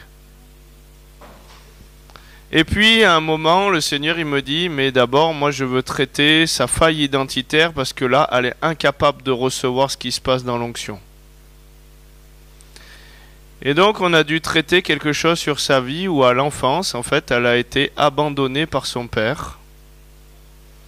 Et du coup, elle a grandi avec une pensée profonde qu'elle était indigne de recevoir l'amour du Père. Donc qu'est-ce qui se passait quand on priait pour que l'amour du Père vienne détruire la puissance de l'infirmité? Elle avait une pensée contraire en elle qui disait qu'elle était indigne de recevoir l'amour du Père. Et quand cette pensée, ces forteresses ont sauté, on a prié, chassé l'esprit d'infirmité, il est parti, elle a guéri de la maladie de Crohn. C'est pour ça que je vous dis que c'est esprit, âme et corps. Et qu'on ne peut pas dire c'est tel nœud du lacet qu'on va traiter nous avec notre humanité, il faut demander comment Dieu il veut passer. Parce que des fois il y a un déséquilibre sur un plan, et c'est ça qui tient l'autre et qui engendre les choses. Et donc c'est important que les pensées d'identité, elles puissent être transformées pour recevoir l'amour du Père. Donc voilà, j'ai dit le témoignage de Tina, vous le trouverez sur Internet, YouTube, si jamais vous voulez. On revient à nos moutons. Donc le petit 2, les pensées d'identité. Qu'est-ce qu'on a mis dans la première phrase, dans ce que je pense? On a mis quoi? Non, on n'a pas mis que c'est injuste, on a développé une phrase. C'est injuste quoi? Donc cette situation est injuste. Pourquoi? Parce que moi, en gros, je fais des efforts, je fais bien, et lui, il fait rien, et on lui fait la fête. Donc je me sens comment par rapport à l'autre fils, puisqu'il se compare? Je suis rejeté, méprisé, moins bien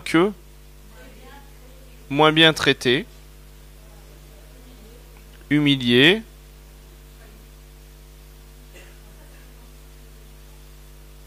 des pensées sur l'identité. Je suis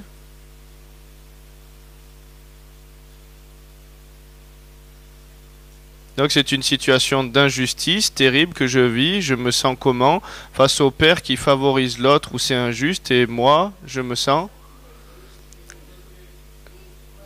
Alors parlez pas tous en même temps, levez la main peut-être. Insuffisant, j'ai entendu, insuffisant.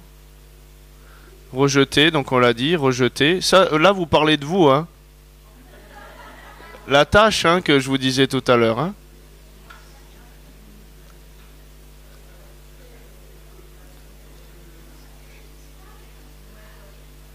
Moins que rien, sans valeur, dévalorisé. Doucement, levez la main. On sent que les forteresses veulent sortir, mais...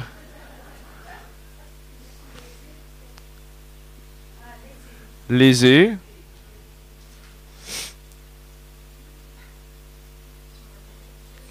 Sans intérêt.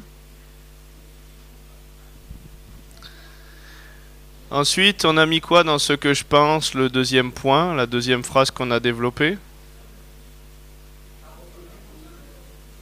Pardon? Je ne suis pas reconnu pour ce que je fais. Donc dans n'importe quelle situation, si on ne me reconnaît pas pour ce que je fais, ça veut dire qu'on m'estime comment je suis qui ou quoi pour la personne qui ne reconnaît pas tous les efforts que je fais. Je suis? Rien, invisible, transparent, incompris, on me néglige, inexistant,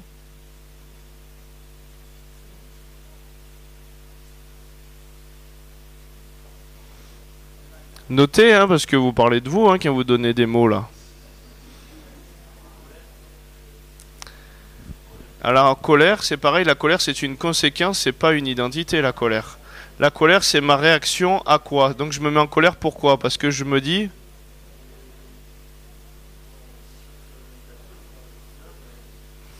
Et donc je suis en colère parce que j'estime que c'est...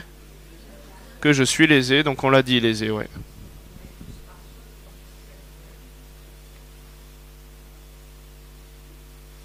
Ensuite, on a mis quoi comme mode point dans ce que je pense?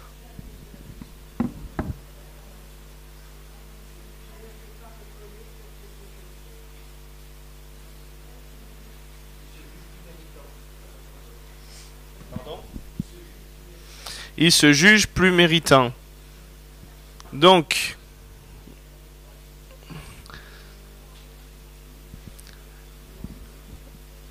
il se juge plus méritant, donc ça veut dire qu'il a jugé son frère moins méritant. Donc face à son frère, qui finalement lui est honoré, et lui qui est plus méritant, il n'est pas honoré, il se dit je suis quoi? Pardon? Non, je suis meilleur, c'est ce qu'il se dit, mais finalement là son père il lui montre qu'il n'est pas meilleur et qu'il vaut moins que l'autre. Donc il se dit quoi? Alors que lui pense être meilleur, mais finalement je suis déprécié, dévalorisé, pas aimé à ma juste valeur.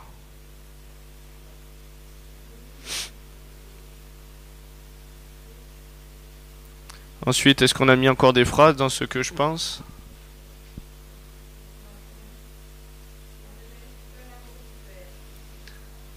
Donc, le fils aîné qui dit de son frère, il ne mérite pas l'amour du père.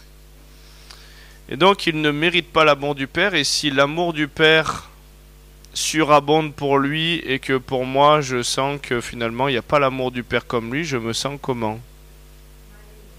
Mal aimé.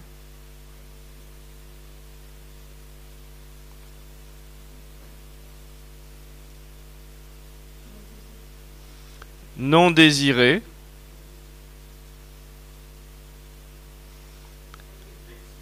exclu, inférieur à lui,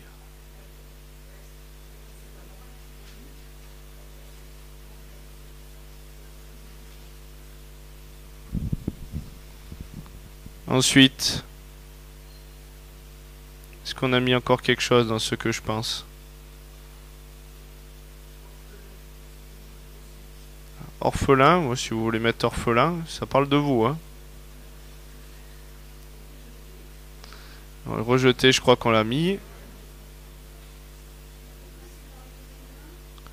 Dépassé par les événements, donc ça veut dire... Je suis perdu, voilà, je suis perdu. Je ne sais plus à quoi m'accrocher, donc je suis perdu parce que je pensais que c'était comme ça que ça devait fonctionner. Puis là, j'y comprends plus rien. Je suis perdu.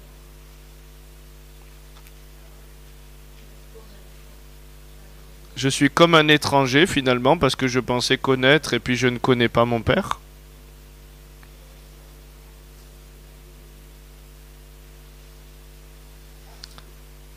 Hein?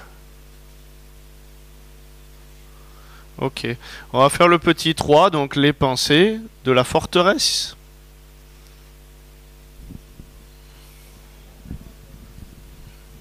Donc si je suis un étranger, si je suis invisible, si la situation qui m'arrive elle est injuste, dans une situation où vous passez pour invisible, où vous êtes transparent malgré tous les efforts que vous essayez de faire, vous développez quoi comme mode de protection? Donc, dans quel but, c'est quoi le bénéfice à se replier sur soi? Se protéger. Donc je dois m'exclure ou me replier pour me protéger. Mais il y en a d'autres, selon leur mode de construction, puisque les forteresses se construisent en fonction du vécu, ça va être je dois faire plus pour le surpasser, pour mériter encore plus. Donc je dois faire pour pouvoir être accepté. Je dois faire plus pour pouvoir être accepté. Oui, non, mais ce que je vous dis, c'est que peu importe la situation, on va trouver finalement la tâche, elle va parler de vous.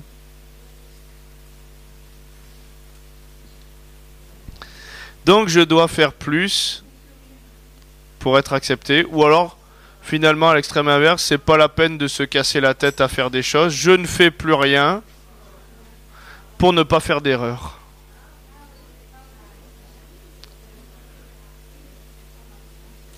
Et donc ça reste une fausse protection où je me protège de faire des erreurs en ne faisant plus rien.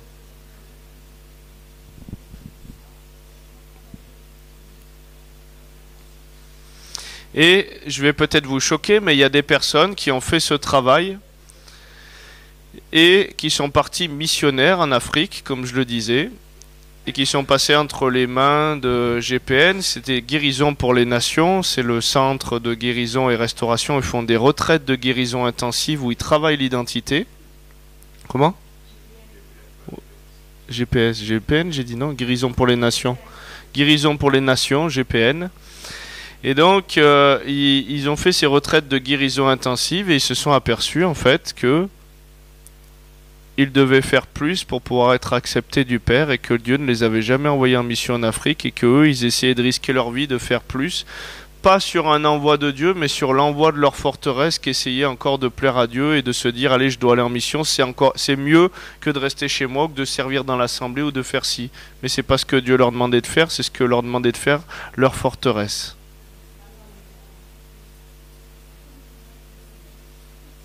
Comme il y a des gens qui veulent à tout prix avoir un titre ou une reconnaissance dans le ministère parce que le titre fait qu'ils trouvent leur valeur dans ce qu'ils sont reconnus. Et c'est encore une forteresse.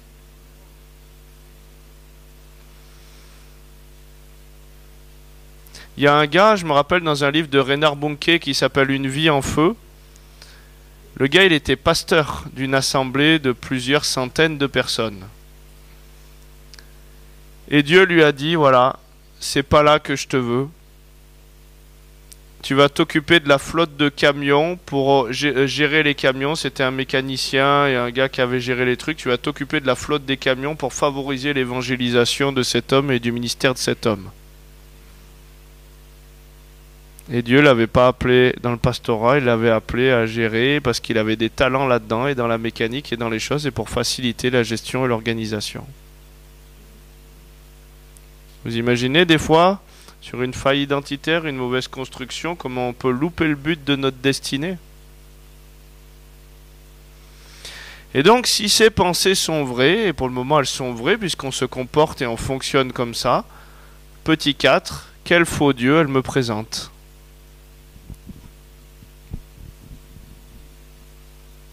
Donc si je dois faire... Quelle fausse image de Dieu me présente ces pensées? Si je dois faire plus pour pouvoir être accepté,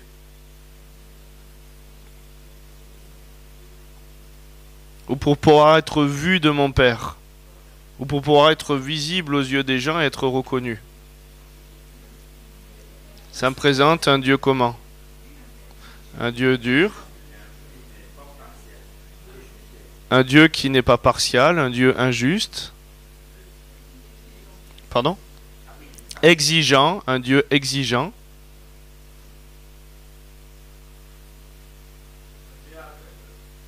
Un Dieu aveugle. Il voit pas tous les efforts que je fais. Jamais content. Non mais vous choquerez pas Dieu, hein. Vous savez quand il dit déchargez-vous sur moi de tous vos fardeaux, quand vous allez à la décharge, vous laissez ce qui pue, ce que vous voulez plus. Et donc là c'est la décharge, vous ne choquerez pas Dieu. Moi j'ai dit, ben voilà, si effectivement je pense comme ça et je me comporte comme ça, c'est vrai que finalement j'ai l'impression que je te vois comme un savant fou, qui fait des expériences. Toi t'es guéri, toi t'es pas guéri, toi t'as du chocolat, toi t'as pas de chocolat. Et si j'étais en vérité de ce que je pense, et Dieu il nous attend en vérité, on ne le choquera pas. Il veut qu'on dépose réellement le mensonge qu'on a au fond de nous sur l'autel.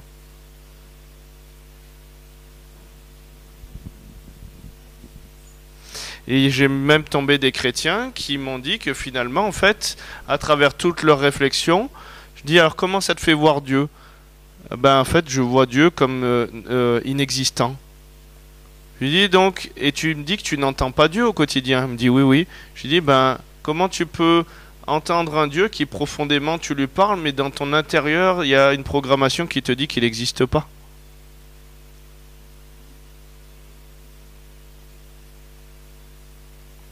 Il faut que celui qui s'approche, il croit que Dieu existe et qu'il est le rémunérateur de celui qui le cherche. Et donc, on peut avoir goûté à des parties de la révélation de Dieu, puisqu'il y a plusieurs demeures dans la maison de notre Père. Vous êtes d'accord avec ça? On peut ne plus avoir peur du vide, ne plus avoir peur en voiture, mais on peut avoir peur des araignées encore. Donc on peut avoir encore des zones de peur qui n'ont pas encore été touchées par la révélation de l'amour du Père en nous, parce que son amour parfait veut bannir la crainte. Et c'est un dévoilement où il veut venir dans toutes les sphères de son habitation intérieure pour dire je t'aime à toutes les profondeurs de ton être. Donc c'est pareil, après vous pourrez faire une liste, les dégâts, les faux bénéfices, les pardons, le 6, et puis le 7, la repentance et la confession de ce que Dieu dit que je suis. Parce qu'une fois que c'est déraciné, il faut replanter. Et donc vous mettre à l'écoute de Dieu pour écouter ce que Dieu dit de vous. Ça va? Je sais pas quelle heure il est, est-ce que j'ai encore un peu le temps? Oui, encore un peu le temps. Ok, donc je vais faire juste un petit peu de guitare et je vais commencer à vous laisser confesser et pardonner par rapport à ces situations qui là sont pour le fils prodigue mais que vous pouvez adapter pour toute votre vie en général. Vous avez tous vécu une situation d'injustice où vous avez fait et puis vous n'avez pas eu l'attention ou le mérite que vous avez voulu. Vous avez tous fait peut-être n'importe quoi à un moment et puis vous vous êtes senti un peu merdeux quoi. Et bien toutes ces pensées d'identité, ces forteresses que vous avez notées parlent de vous. Toute cette fausse image de Dieu parle de votre croyance profonde. Donc on va faire tomber ces choses.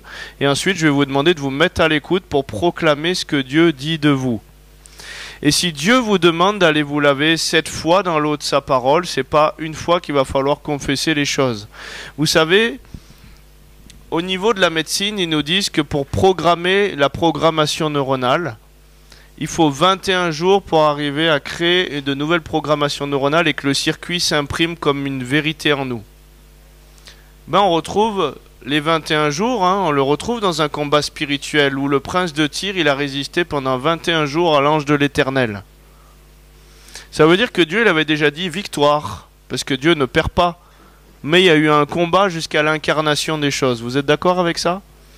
Et donc si Dieu vous demande de confesser, de vous approprier les choses, bah, allez-y encore vous laver dans l'eau de sa parole jusqu'à ce que vous sentiez que ça fasse corps et que ça devienne une vérité en vous, la parole Réma que Dieu va vous adresser après avoir fait tomber ses forteresses et ses raisonnements. Oui ? Ouais.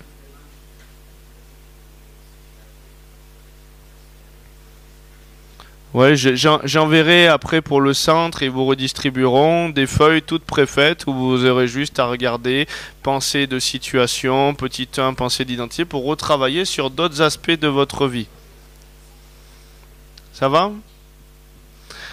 Ok, est-ce que... Oui, c'est branché. Super.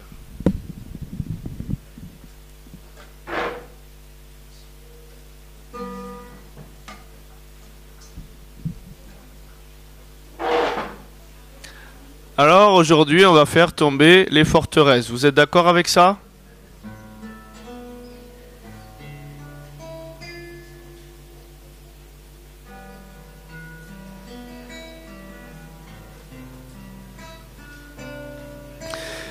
Donc, commencez déjà à confesser toutes les pensées qui vous ont parlé à vous, si vous vous projetez dans la situation, sur votre identité, les pensées iniques. Par exemple, je renonce à la pensée, à la croyance qu'effectivement je suis indigne dans cette situation, que je suis incapable. Toutes les situations qui renvoient à des choses que vous avez pu vivre de votre quotidien. Dans ces deux situations, il y a un peu toutes les situations qu'on peut vivre dans la vie déjà.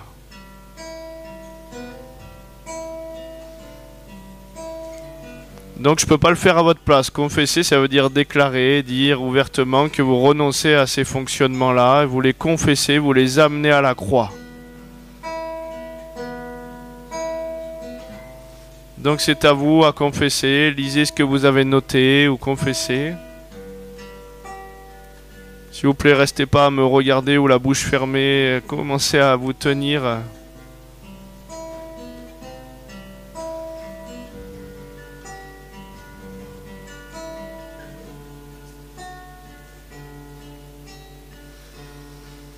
Donc il y a les mauvaises pensées sur votre identité à confesser. Le mauvais fonctionnement de la forteresse, c'est-à-dire votre mauvaise construction pour fuir cette pensée d'identité, pour vous protéger.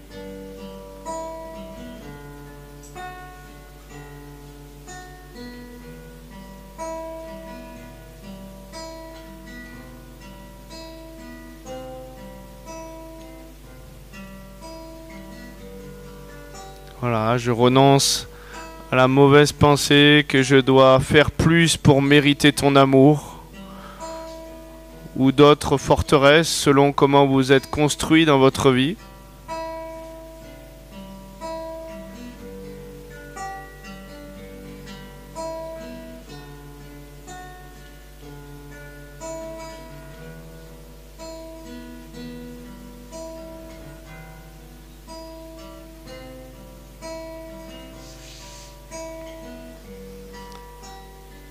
Confessez aussi et renoncez à la mauvaise image de Dieu, au faux Dieu que ça vous a présenté, toutes ces constructions intérieures.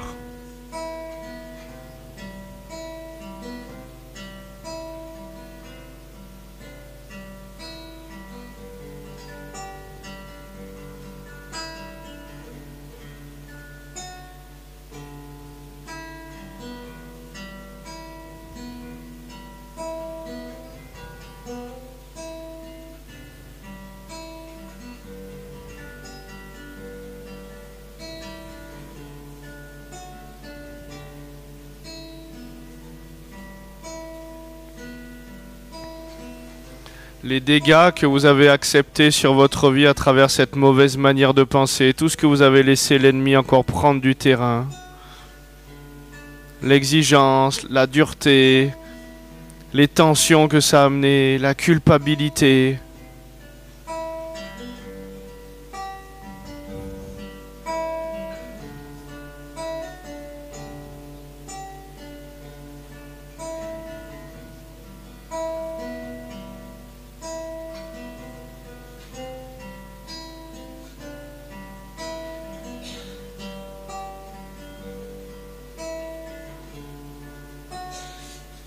Et ensuite, pardonnez à ceux qui vous ont offensé, donc peut-être à vous-même, peut-être à vos parents, peut-être à des personnes qui vous gardaient, peut-être tout ce qui a renvoyé ces situations, l'injustice par rapport à ce que vous aviez fait, ou on vous a pas vu dans ce que vous étiez capable de faire.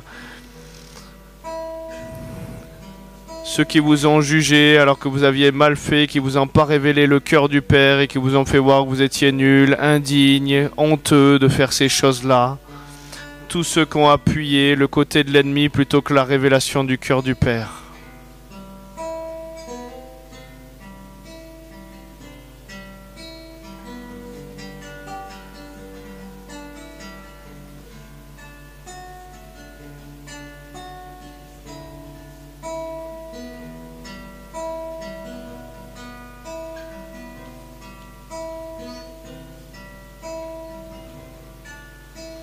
On est vraiment tombé sur des situations des fois où la personne, elle pensait au fondement de sa vie, elle n'a pas été désirée par ses parents être une erreur et dérangée. Et du coup, sa forteresse, puisqu'elle était dérangeante et qu'elle était une erreur, c'est je dois tout faire pour ne pas déranger, pour pouvoir être accepté. Je dois tout bien faire pour ne pas être un fardeau pour ma famille. Et la personne, tout son corps, tout son être intérieur s'est développé en mode erreur. Parce que même les neurones, ils envoient un message chimique au corps qui est soit un message de vie, soit un message de mort selon nos croyances. Toute sa colonne vertébrale avait grandi tordue, elle avait des problèmes de peau. Et simplement en se réalignant sur une croyance juste, sa colonne vertébrale s'est redressée, les problèmes de peau ont guéri. Parce qu'elle n'était plus une erreur et tout son corps ne se mettait plus en mode erreur.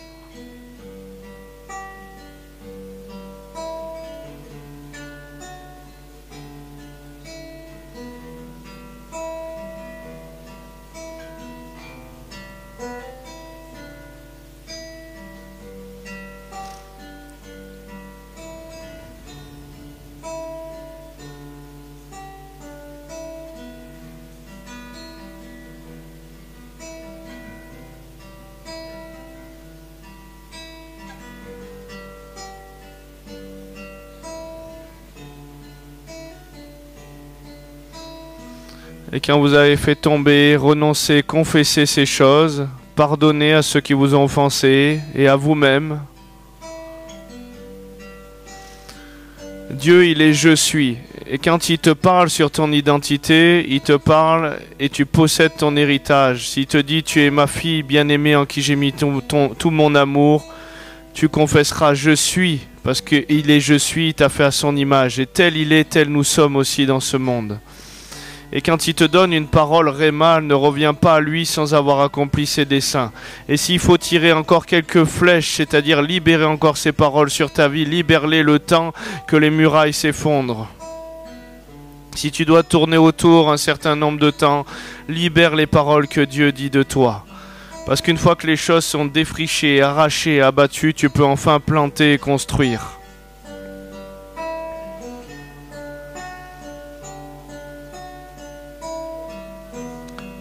So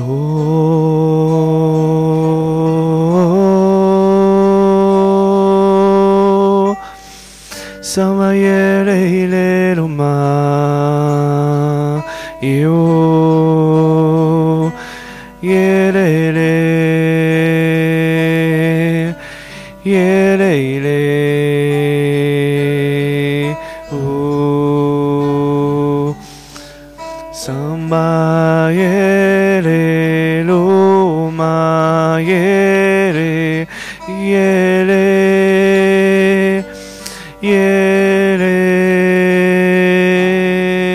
Est-ce que Dieu te dit, confesse-le, proclame-le, et même s'il te déroule tout un historique où tu te dis, oh non, c'est trop pour moi, est-ce que Dieu peut me dire ça? Oui, il te le dit. Tu es ton fils, tu es une reine, tu es un roi, il t'a tant aimé. Somaye.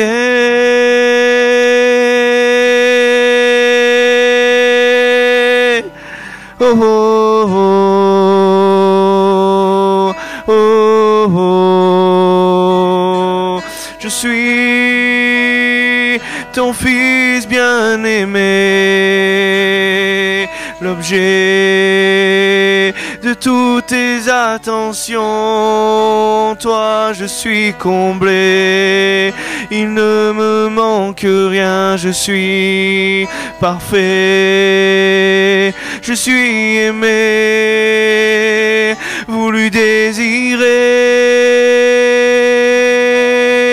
Je fais ta joie, ta fierté, je suis ton fils bien-aimé, voulu, désiré, je suis capable, je te plais. Proclame ce que Dieu dit de toi et tu vas voir, la parole porte une onction, va détruire les forteresses et tu vas sentir une onction, des choses se déboucher en toi, prendre vie en toi.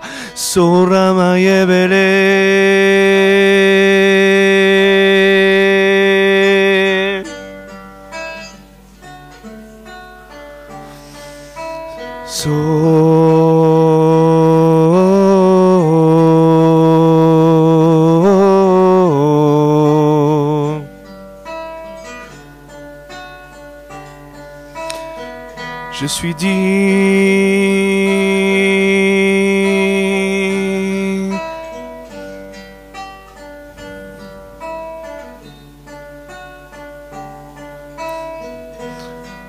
Tu m'as assis sur le trône, tu as mis sur ma tête une couronne, je suis aimé.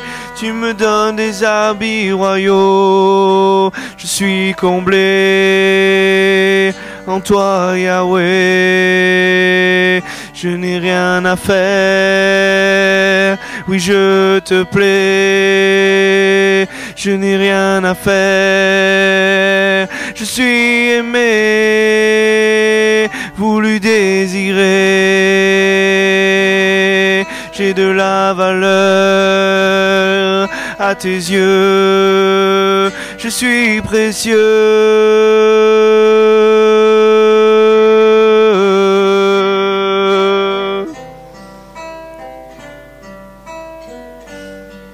Je suis aimé, voulu, désiré. Il ne me manque rien, je te plais.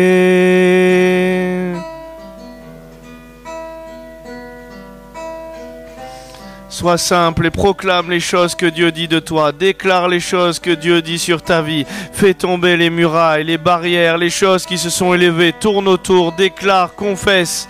La parole est porteuse de vie. La vie et la mort sont au pouvoir de la langue. Je suis capable, je te plais. Il ne me manque rien. Je suis parfait, ton digne fils, ton héritier.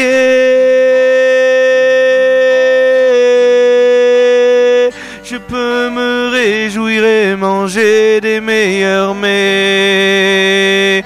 Tu dresses une table devant mes ennemis. Tu me protèges, je me réjouis.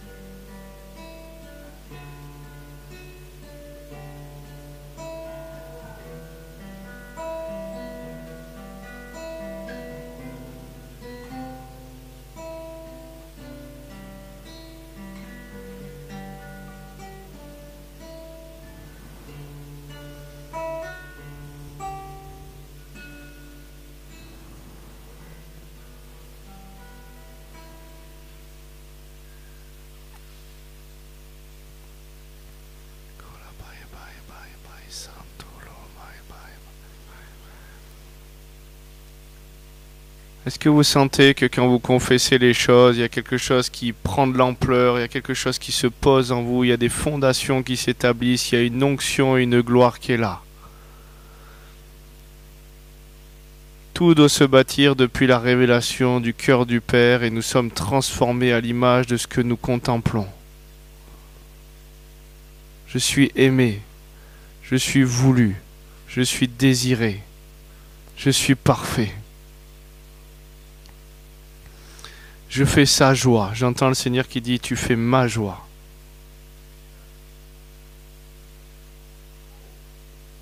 Je t'aime. Je suis aimé.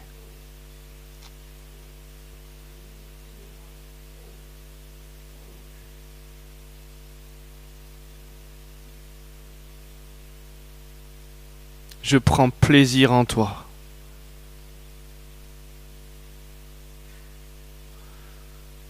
Tu peux le déclarer sur ta vie. Tu prends plaisir en moi. Tu prends plaisir en moi. Tu prends plaisir en moi. Et quand les puits se débouchent, quand la révélation de l'identité vient, tu es dans la joie. Une joie immense. Tu prends plaisir en moi. Je vois le Seigneur qui veut jouer simplement avec son enfant. Il prend plaisir simplement à être avec toi. À jouer avec toi, se marrer avec toi. Tu n'as pas besoin de faire pour lui.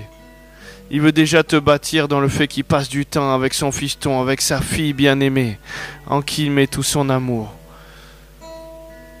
C'est comme si le père, il me montrait, voilà, comme c'est un temps avec son enfant quand tu fais des papouilles, guili guili, il est vraiment là, il veut prendre soin de toi et te révéler dans l'intimité, simplement parce qu'il t'aime. Il n'attend pas que tu fasses. Et c'est depuis cet état d'être que les choses vont se passer et vont pouvoir couler.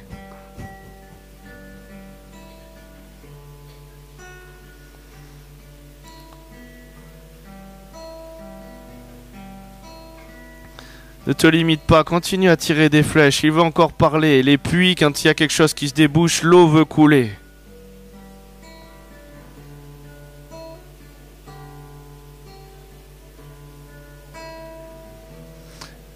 Il te dit, tu m'appartiens et rien ne peut te ravir de ma main. Je t'appartiens et rien ne peut me ravir de ta main.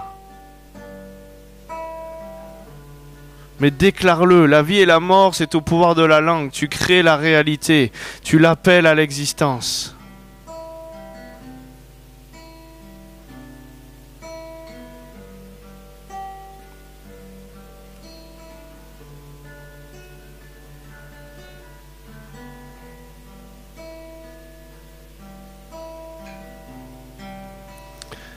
Le père, il me montre qu'il veut simplement jouer avec certains. Vous savez, comme un père joue avec ses enfants, prend du temps, il l'amène à la balançoire, il fait cache-cache avec ses enfants. Il veut simplement te révéler les parties qui t'ont manqué. Il y a des choses avec le père que tu as besoin de connaître. Il est un bon père, il veut simplement jouer avec toi. Voilà, merci Seigneur pour la joie qui monte, parce que tu veux jouer avec tes enfants.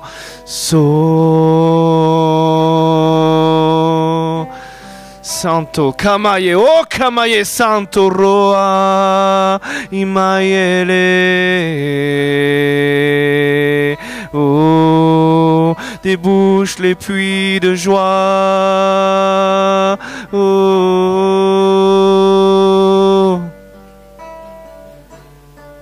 Je prends plaisir en toi, il te dit le Seigneur, je prends plaisir en toi.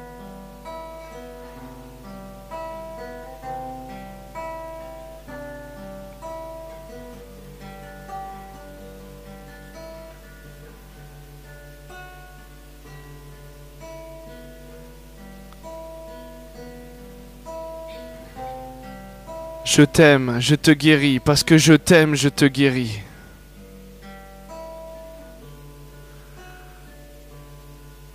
Tu peux le déclarer sur ta vie, tu m'aimes, je suis guéri. Il y a quelque chose que le Seigneur est en train de libérer, c'est profond. Santo Rama Kamayelele, Imaye, Imaye, Imaye, oh,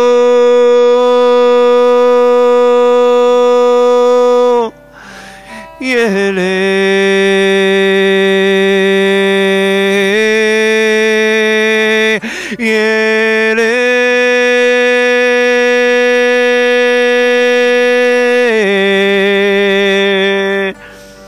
Tu es toute belle, ma bien-aimée.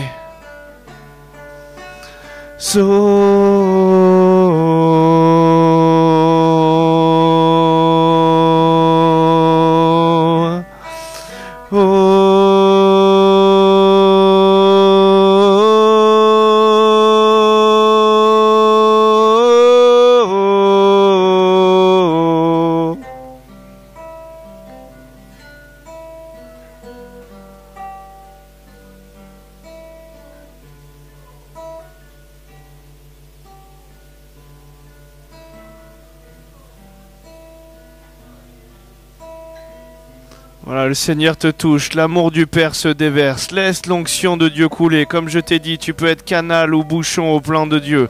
L'onction veut passer, la révélation de son amour parfait bannit toutes les craintes, les forteresses tombent, le contrôle tombe. Lui en toi, toi en lui, so kamaye, lo kamaye, imaye. Les dons peuvent se manifester, l'amour peut couler à travers toi et la guérison peut couler, so kamaye, lile loma.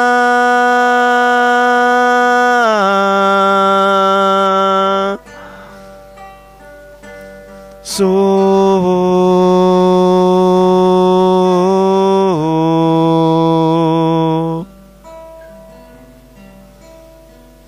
le redis encore parce qu'il veut encore tirer une flèche. Tu es toute belle, ma bien-aimée.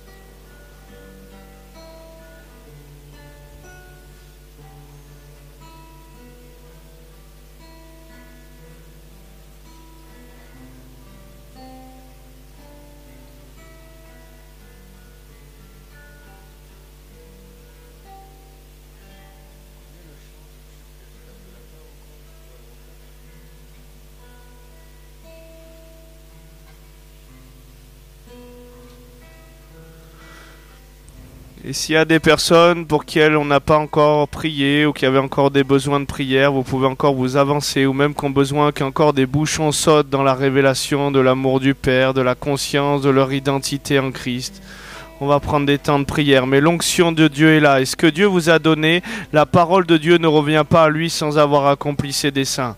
Mais parfois, comme dans Roi, il vous dit tire des flèches, ce sont des flèches de délivrance.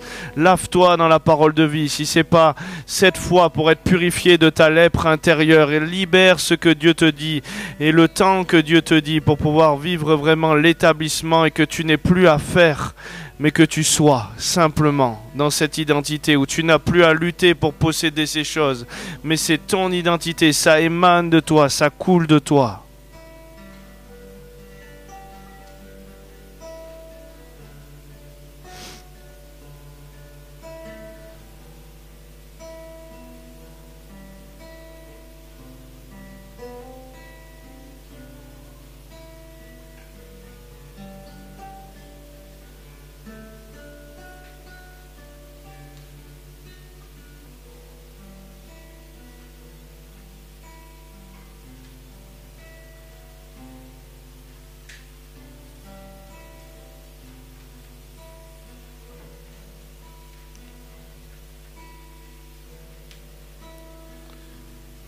Alors essayez de venir un à la fois parce qu'on ne pourra pas mettre tout le monde devant. Venez par 5-6, comme ça après vous restez pas debout pendant tout le temps des prières. Et puis dès que vous voyez qu'il y a de l'espace qui se libère, avancez-vous.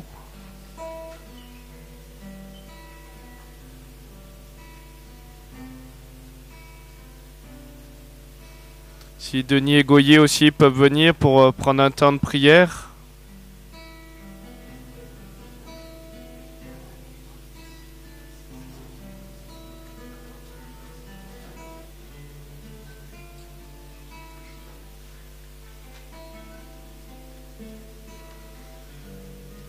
Et vous savez, tout notre être, toute la création soupire après la révélation des fils et des filles.